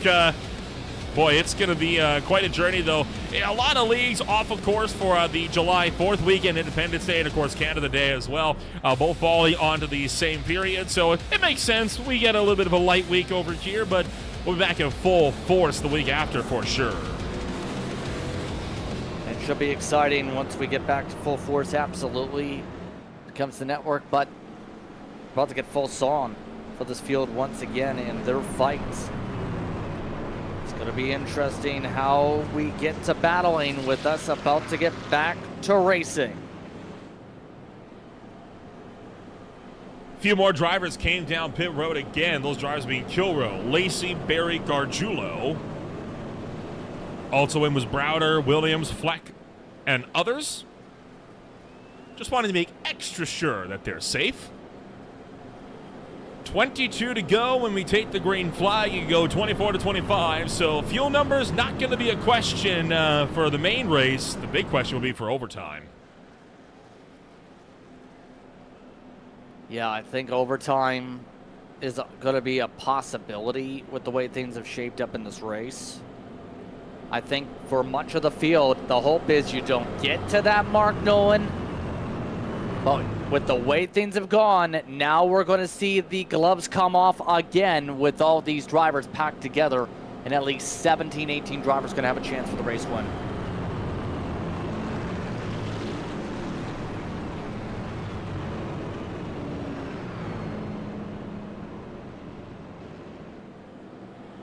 So the field going to gear up to do this all over again, and well, we had the big question being, are we going to get any more tricks from here to the end? I think the answer has been a resounding yes, and I would not be surprised if the final third of this race unfolds much like the first half did. We're hoping it won't, but Justin, you and I have both been around iRacing long enough to know a classic Talladega finish when we see one. Green flag will be coming out this time by the United Rentals restart zone.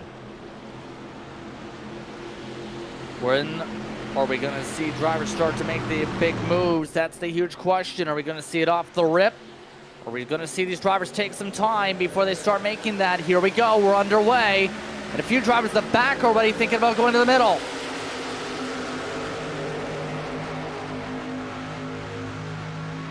Some drivers thinking about 3 wide, others remaining 2, some going to single. Meanwhile, Michael Thorpe Jr. pushing to the back of Sikorsky. Will it look high? No, he tucks it in line. Conor LaFrance.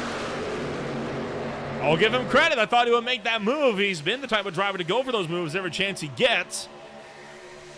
But he's going to keep it tucked in line instead as he thunders down the back chute. Thorpe, Sikorsky, Hagee all in a line as we work our way to 3 and 4. Yeah, but that's not going to last too long. That gap, if anything, is going to get eaten up pretty quickly here.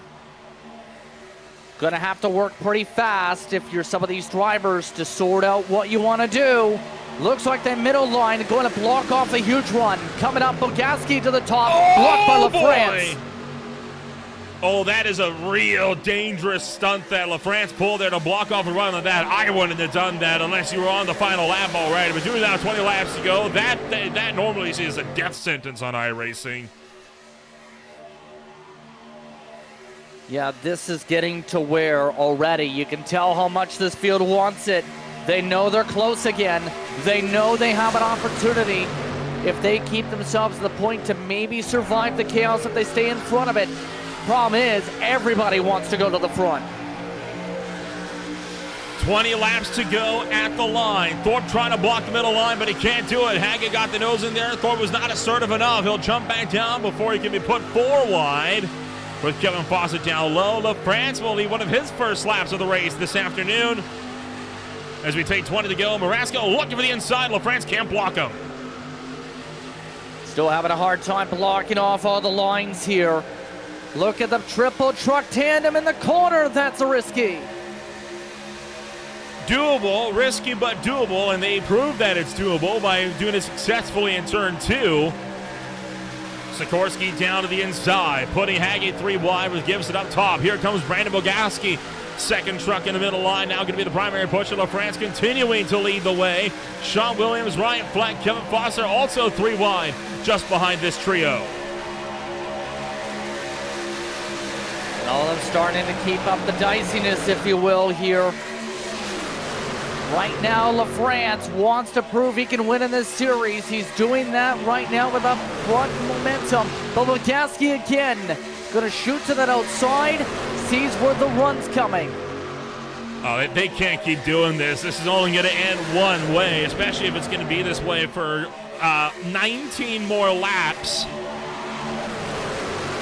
Sikorsky is still flashing down the back straightaway. Marasco tried to shove him clear.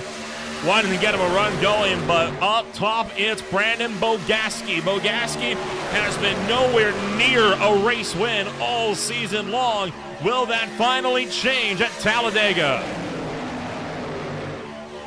Don't know about you, but I'm starting to get a little bit angsty about how they're racing again. Supposed to have plenty more laps to think about these moves. Instead, they're racing like it's the last lap right now. I don't think they're lasting 20 laps like this. Oh, they're absolutely not. Something has to break here eventually. Either they're going to settle it out or they're going to continue to escalate, and it looks like we're continuing to escalate to a breaking point as LaFrance rips clear for the lead. Bogaski rips clear into the number 3 spot from the middle groove. Immediately has to tuck in behind LaFrance, who blocks him down the back straightaway. Still 3x3 wide, and right now LaFrance driving out of his mirrors to keep Bogaski behind him.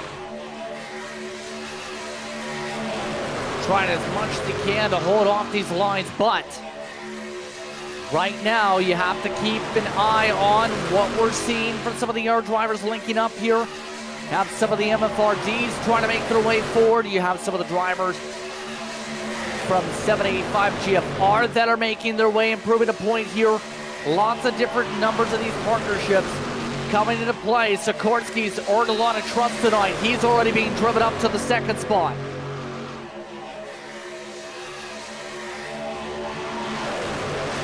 Sikorsky has been a very reliable dance partner all night long, but sooner or later, if he wants to win this race, he's going to have to break that trust. Oh my goodness, as he follows LaFrance down the racetrack and nearly hooks him into the inside wall. Another nervous moment with the way this race has gone. This is getting to where you don't want to drop back per se because you might lose your chance for the win. But you have to remember, the higher up you go, the more riskier it's going to get. Sikorsky going for the lead. Sikorsky to the lead, up around the top shelf. Everyone else, you see them fanning out 2x3 deeper in the pack. Carter Gibson wanted to open up a 3rd groove up on the top side, but he's forced to top back in line. Jaden Browder made his debut at the High Time Racer League a few weeks ago. Has yet to come out of here with a good result as well. And Browder, one of his best positions to get a top 10 all season. Look at them roar, and once again, see just how much things are dicing up. Browder, we've seen already, have to recover from that penalty when he had the too many stalls. Now he's got an opportunity to maybe help out that outside groove. Look at that run on the outside. 182 to the bottoms, 173. LaFrance now has a problem.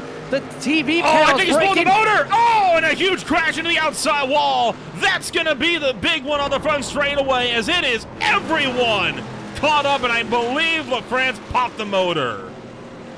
That bumper was falling off the 07 in a rapid way from how hard he was getting pushed out of coming out of turn 4.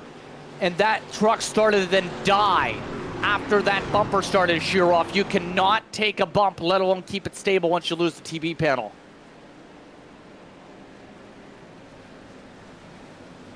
Oh, my goodness. Take another look back at this one, as this is after that hit already sheared the bumper off.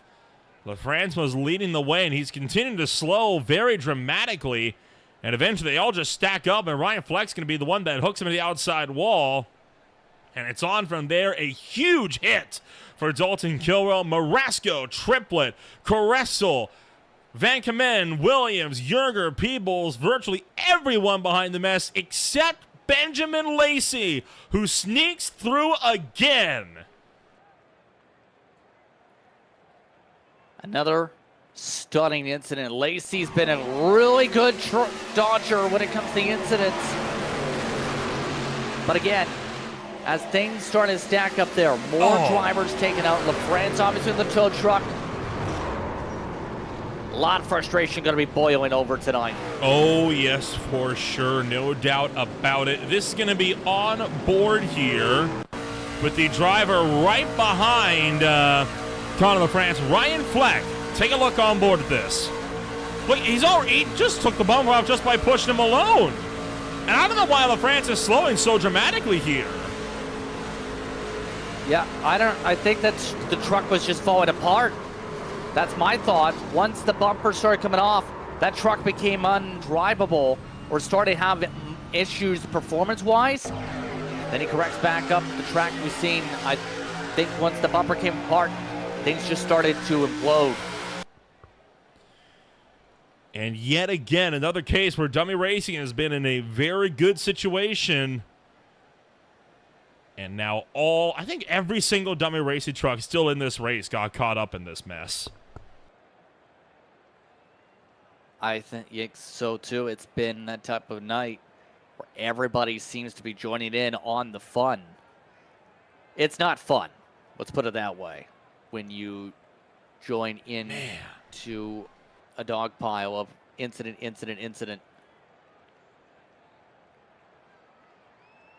And yet again, a crash where everyone got caught up in the melee. This is on board with Conor LaFrance.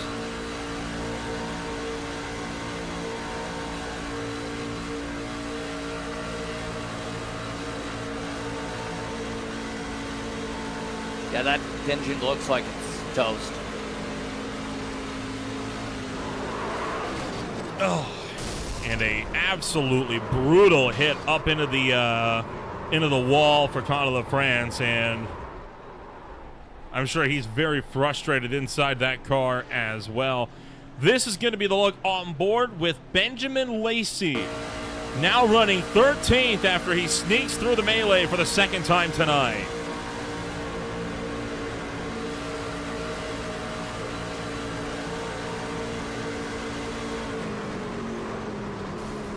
I mean, that is unbelievable that he manages to squeak through that. I still don't understand how he's missing all those incidents too. Absolutely. It's been impressive, the Dodgers.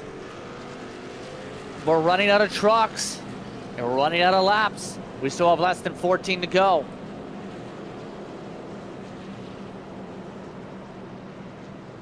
By the way, crew chief and spotter for Jaden Browder and Caden Gargiulo offering some opinions as well here. I believe that would be Matthew Weatherman. As what the current running theory is that because the motor never really popped on that machine, did it? So the running theory is that Conor LaFrance's bumper had a bit of netcode in of itself and caused it to act like he was being side drafted rather than being bump drafted, which is an oddity, but it's been a week of oddities, so it wouldn't surprise me. Yeah, That sounds very weird and is definitely above my pay grade when it comes to the iRacing side. I think, again, that's kind of a situation where it's part physics, part code, I guess you can say. But with 12 to go, it's anyone's guess how this goes. Sikorsky seems to be one of the drivers that's handled things well tonight, but I wouldn't be shocked if it could be any one of these drivers because of the way things have broken down tonight.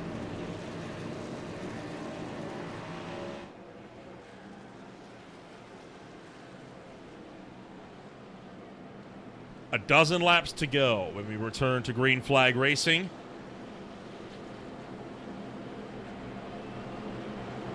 Justin, I'm at a bit of a loss for words on this race tonight. And there is still plenty more action where this is yet to be had here. This is going to be one of those battles again where where's this run going to come from? Is it going to come from the outside? Are we going to see 3 wide again? I wouldn't be surprised with the way things are going. Field's kind of said, we're wanting to race. We're here to race 95 laps. We'll battle 95 laps, no matter what's at stake. Good start from the inside. Green flag back in the air. Ethan Sikorsky way out in front. And Sikorsky has just proven that he is not willing to push someone to a win. He wants to win this race himself. Will this change the attitude that drivers have had towards the 94 all night long? I don't know if anyone's had per se the attitude. I think Sikorsky's just been one of the drivers that has been solid-ish parts of the evening, but he's been aggressive. I think he knows this is one of his best chances to win the BC Sim Sport Camp. He's got a teammate with him now. He's got all 3 of his teammates, in fact, with him. They have the chance to control this pack.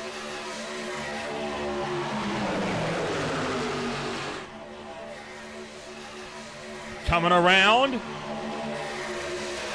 Hackett and Sikorsky both clear of the inside. Michael Thorpe Jr., the 3rd truck in line. And now Connor Gibson slowing on the inside. Checking up Caleb McKinney, James Yerger, and more. Connor Gibson not able to keep that truck even remotely straight in the corners. Getting a little bit feisty here with some of the pushes. You can't really push too much in the corners, remember, with this truck. Thorpe Jr.'s got to run. Sikorsky going to block it. Nicholas Caressel down to the inside groove here with Jaden Browder hot behind these guys, and now Sikorsky caught that block high. Here comes Thorpe charging up to the top shelf. Caressel still maintains the momentum down low. Benjamin Lee's going to push him clear to the front. Apologies, like, again, popping up, lighting up the radio. And now you have 2 more teammates hooking up, the 7 and the 40. Getting the chance, or at least friends hooking up, should say, in that regard. Old school racers now with the race lead with the help of one of the 785 GFR trucks in Benjamin Lacey, who's dodged them all tonight. Under 10 to go, though. The 2nd and 3rd lines are recharging. Lacey looking to the top shelf, and that's going to give the middle line a huge opportunity here. Browder already slipping in a 3rd. Gibson tucking in line as well. He's going to power through the number 3 spot as Browder goes to 2nd. Browder, though, remaining loyal to Benjamin Lacey, not wanting to ditch the Real Earth Films Ram up front. Still wanting to try and stay in sync. You see a couple of the drivers trying to settle out their lines. We're still down to about 9 or 8 laps to work with here. Look at Browder now going up. He hasn't led a lap tonight, that 5 machine has. Now has an opportunity, but no one to push. Here comes Yerger again. It's Sikorsky's back. Dummy Racing trying to force 3 wide up the middle. You got 3 lines crammed into the bottom lanes of the racetrack. This again can only end one way. They're only inches away from disaster as they make their way down the back straightaway. Mistime move there is going to break up Dummy Racing. Bogaski slips through. Everyone else is shut off at the pass. That was near disaster, absolutely, with how tight that got. Had to back out of it in a couple of those cases. They again know that Bogaski is the best shot when it comes to the dummy race machines to get a victory right now. but we're turning laps quickly here. About 8 laps to work with here. Middle still has the better momentum. They do not want to move off that line yet in case the drivers behind them get the run again. This is absolutely nerve-wracking to watch, as a lot of these drivers are feeling the pressure, and you feel like there's just one more big spot of calamity this field has left in it before we reach the white flag here today. It would not surprise me. How many races on Green Flag TV have we seen at Talladega go down to overtime? Way too many, in my opinion. Seen a few, just a few, but I still think we have a lot of aggressive battling with these dummy racing machines now joining up at the front. Ryan Fleck is now the head of that group for that team up in terms of order, right behind Lacey. Watch for them to try and do something. At the outside gets cleared by the 44 and the 47. 7 laps to go. Sikorsky looking up high. No joy that time through. He'll tuck back in line between James Yerger and Jaden Browder. Lacey still leading the way. Dummy Racing has lined them back up. 2, 3, and 4 on the inside line with Fleck, with Bogaski, and Wesley Peebles. A dangerous trio to have controlling one of these lanes, and they're trying to control both as Bogaski tried to look for the middle groove, but Yerger was there. Again, trying to see how much Yerger wants this. He hasn't led a lap all night. He's been trying all evening. He's been involved in at least a couple of the crashes. Now can he survive? Big block up for the racetrack. Sikorsky now leads the third line. Has Hagee right behind to help him as a teammate. Coming up to 5 to go though. Now you see where those alignments in those different teams are coming in late. Big block Lacey. Huge correction to the top shell. That's going to check out the outside lane and give Yerger a chance here to make something happen on that middle line. Ryan Fleck being pushed to the front. Fleck finished on his first Hindsight Racing League podium just last week. Looking to follow it up with a race win here today. It will be his first of his Hindsight Racing League career.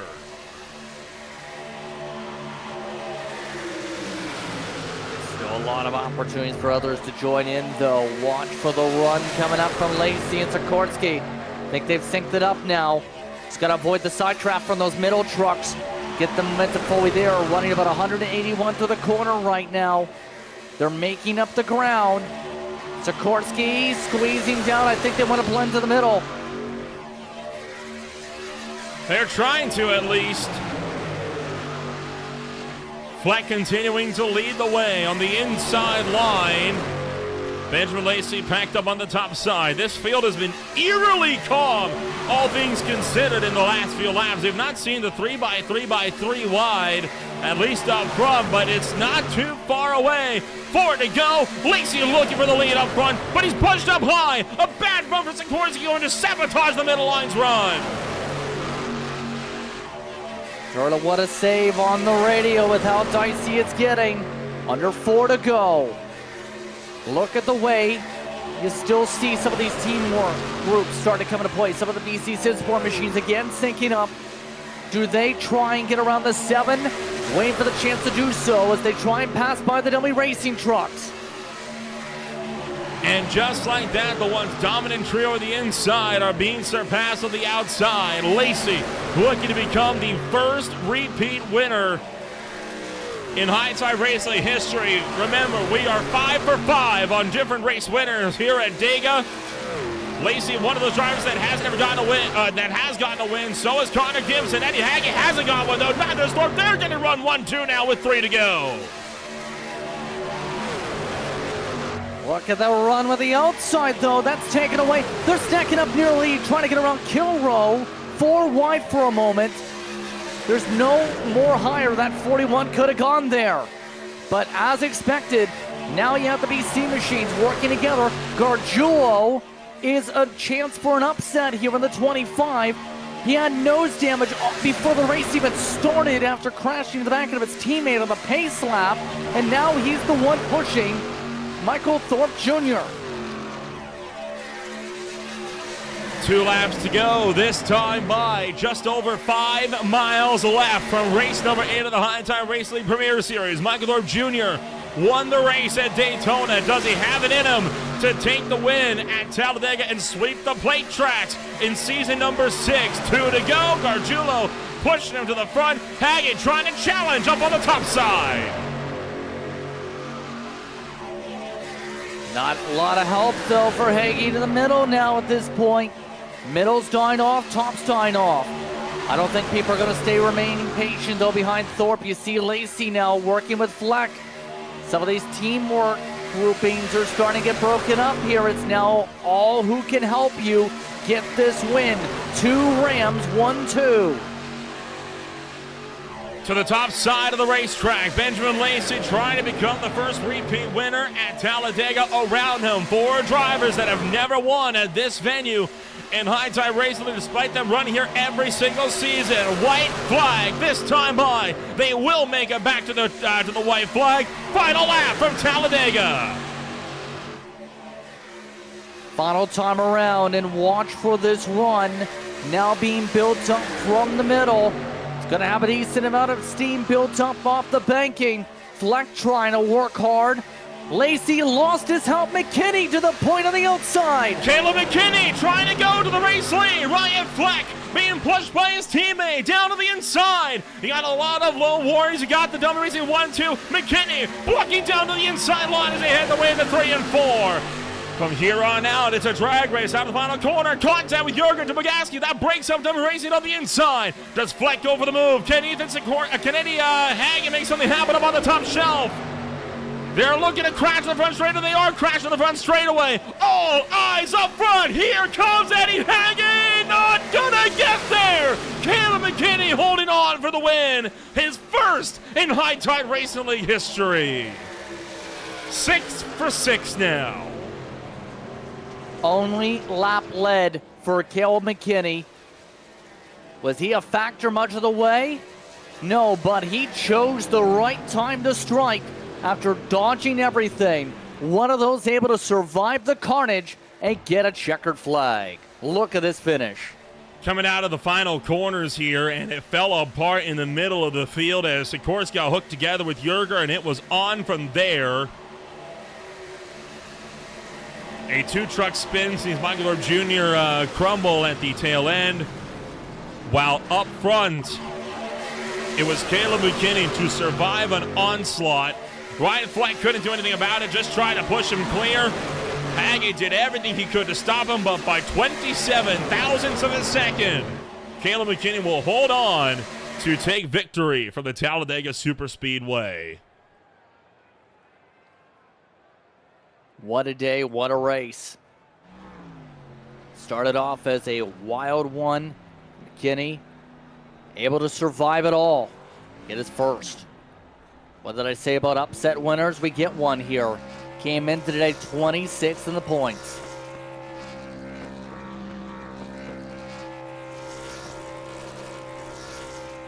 Did everything right this afternoon. That first win always feels special, and I know that he is going to be having a good time out of this one. Only his 4th start in this league, and he comes home after 2 top 10s, yes, and a 22nd at Michigan. I'm sure it finally feels good to be on the top step of the podium here as well. Let's get a rundown of your official post-race results after a wild afternoon from the Talladega Superspeedway. It's Caleb McKinney with his first win on Monday night alongside Eddie Haggett. Number 3 goes the way of Ryan Fleck, another podium for him. From there, it's Connor Gibson in 4th, Brandon Bogaski in 5th, Gargiulo in 6th, Browder in 7th, Coressel in 8th, Lacey Foster for the top 10. 11th goes the way of Sean Williams, followed by Michael Thorpe Jr. having a chance late. He and Sikorsky end up being the last drivers in the lead lap. James Jurger finishes 14th.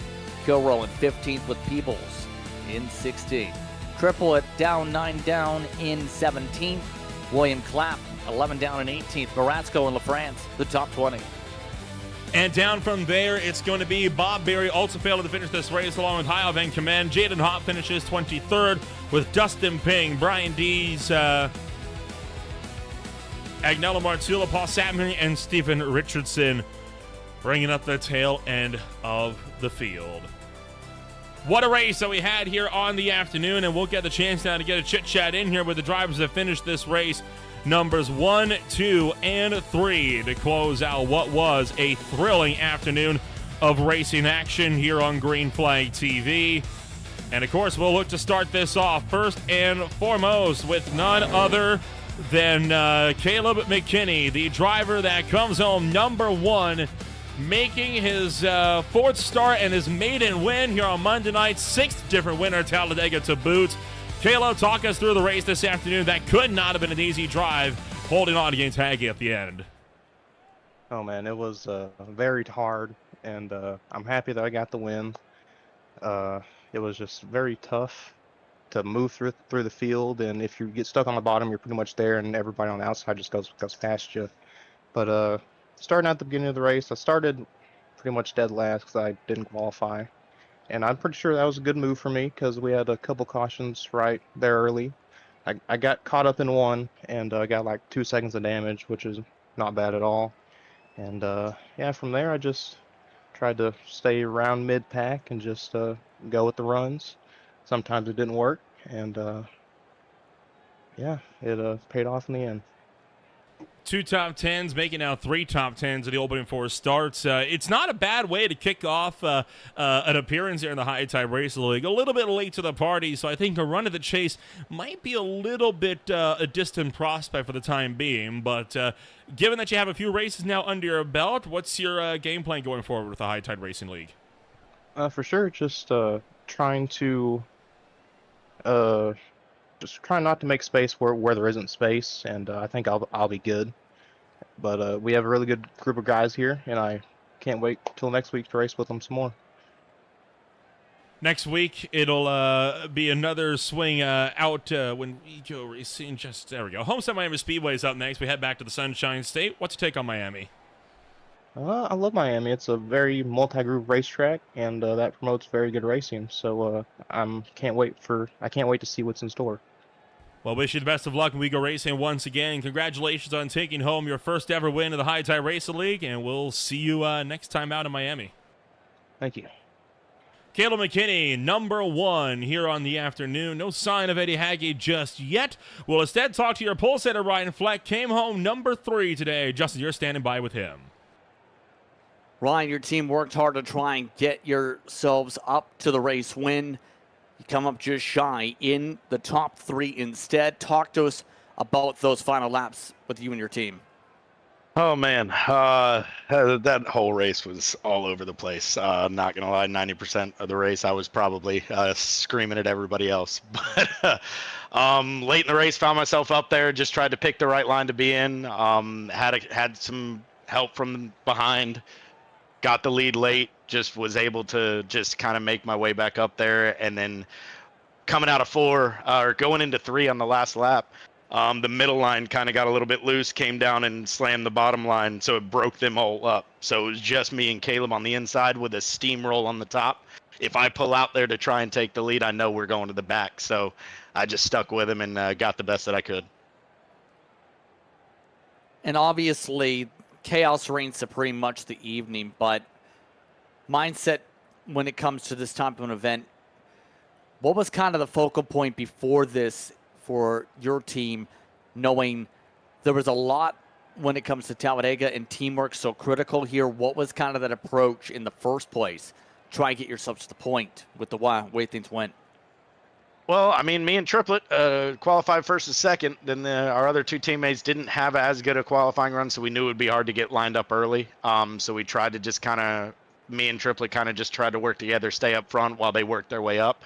But it just never got to that point with all the incidents early on. And I think even in the first wreck, we had 2 of our teammates caught up in it. In the second wreck, I got caught up in it. Nothing wound up panning out with all the incidents early on. So that being said here, in your regard, it's been an interesting season. You're up amongst those in the top 5 after all you were coming into tonight in the point standings. You're in a good position for that sake. How do you feel about your pace for Homestead to start the month of July?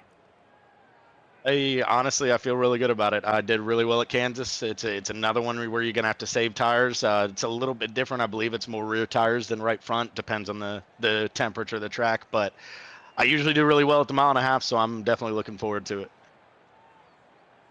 Anyone you want to give a shout out to? I mean, shout out to all my teammates, Triplet, Peebles, Bagaski. I mean, even with wrecked cars, we were trying to get out there and help each other. So it definitely wouldn't have been able to do it without him. And then, of course, shout out to Caleb. I've raced with him in another league as well. And so we've raced together before. And I was happy to see him get the win if it wasn't one of us. Well, congratulations on the top 3, Ryan. Decent run here this evening for you. Thank you. See you guys next week. Ryan Fleck in the 3rd position. We were still waiting for Eddie Hagee here, Nolan, as not peered over to our channel. I think he's still talking with Connor. Yeah, I wouldn't be surprised at that one. A lot to dissect after this one, no doubt. They gave it their all, though, in the closing stages of this one. In the meantime, you look forward to Homestead Miami Speedway, right, Justin? And I mean, it has been a doozy of a championship so far. Homestead Miami Speedway should be a chance, I think, for a lot of drivers to kind of just decompress after this one and be able to take a bit of a breath and recover after what was, a rough night for a lot of people. I agree. I think for everyone, it's just move on to next week. It's a fun track in Homestead, multi-groove racetrack for the long run more so. It's going to be a different type of feel. This week, definitely a meat grinder when it comes to how things are going to shake up with the championship. Gap now estimated points, give or take 20 for hop over triplet, at least what's saying through Sim Racer Hub.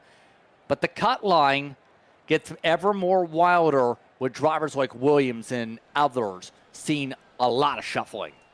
Well, there's still plenty more racing yet to be had here on Green Flag TV. When we go racing next time out, it is, of course, going to be tomorrow afternoon for the Mid-Atlantic Racing Series. They will be out of the Auto Club Speedway, while the Silver Fox Racing Late Model Stock Championship hits South Boston Speedway. And then on Thursday, the Mystic Racing Leads NASCAR Castle Class Company Series will be racing at the Nashville Fairgrounds. If you want to find out more about who we are, what we can offer you, check us out today at www.greenflag.tv. What a wild race it has been this afternoon. Still plenty of action to be had. Next week, it's Homestead Miami Speedway. We swing down to the Sunshine State and get set to do it all over again. We'll see you there when we go racing again in Florida.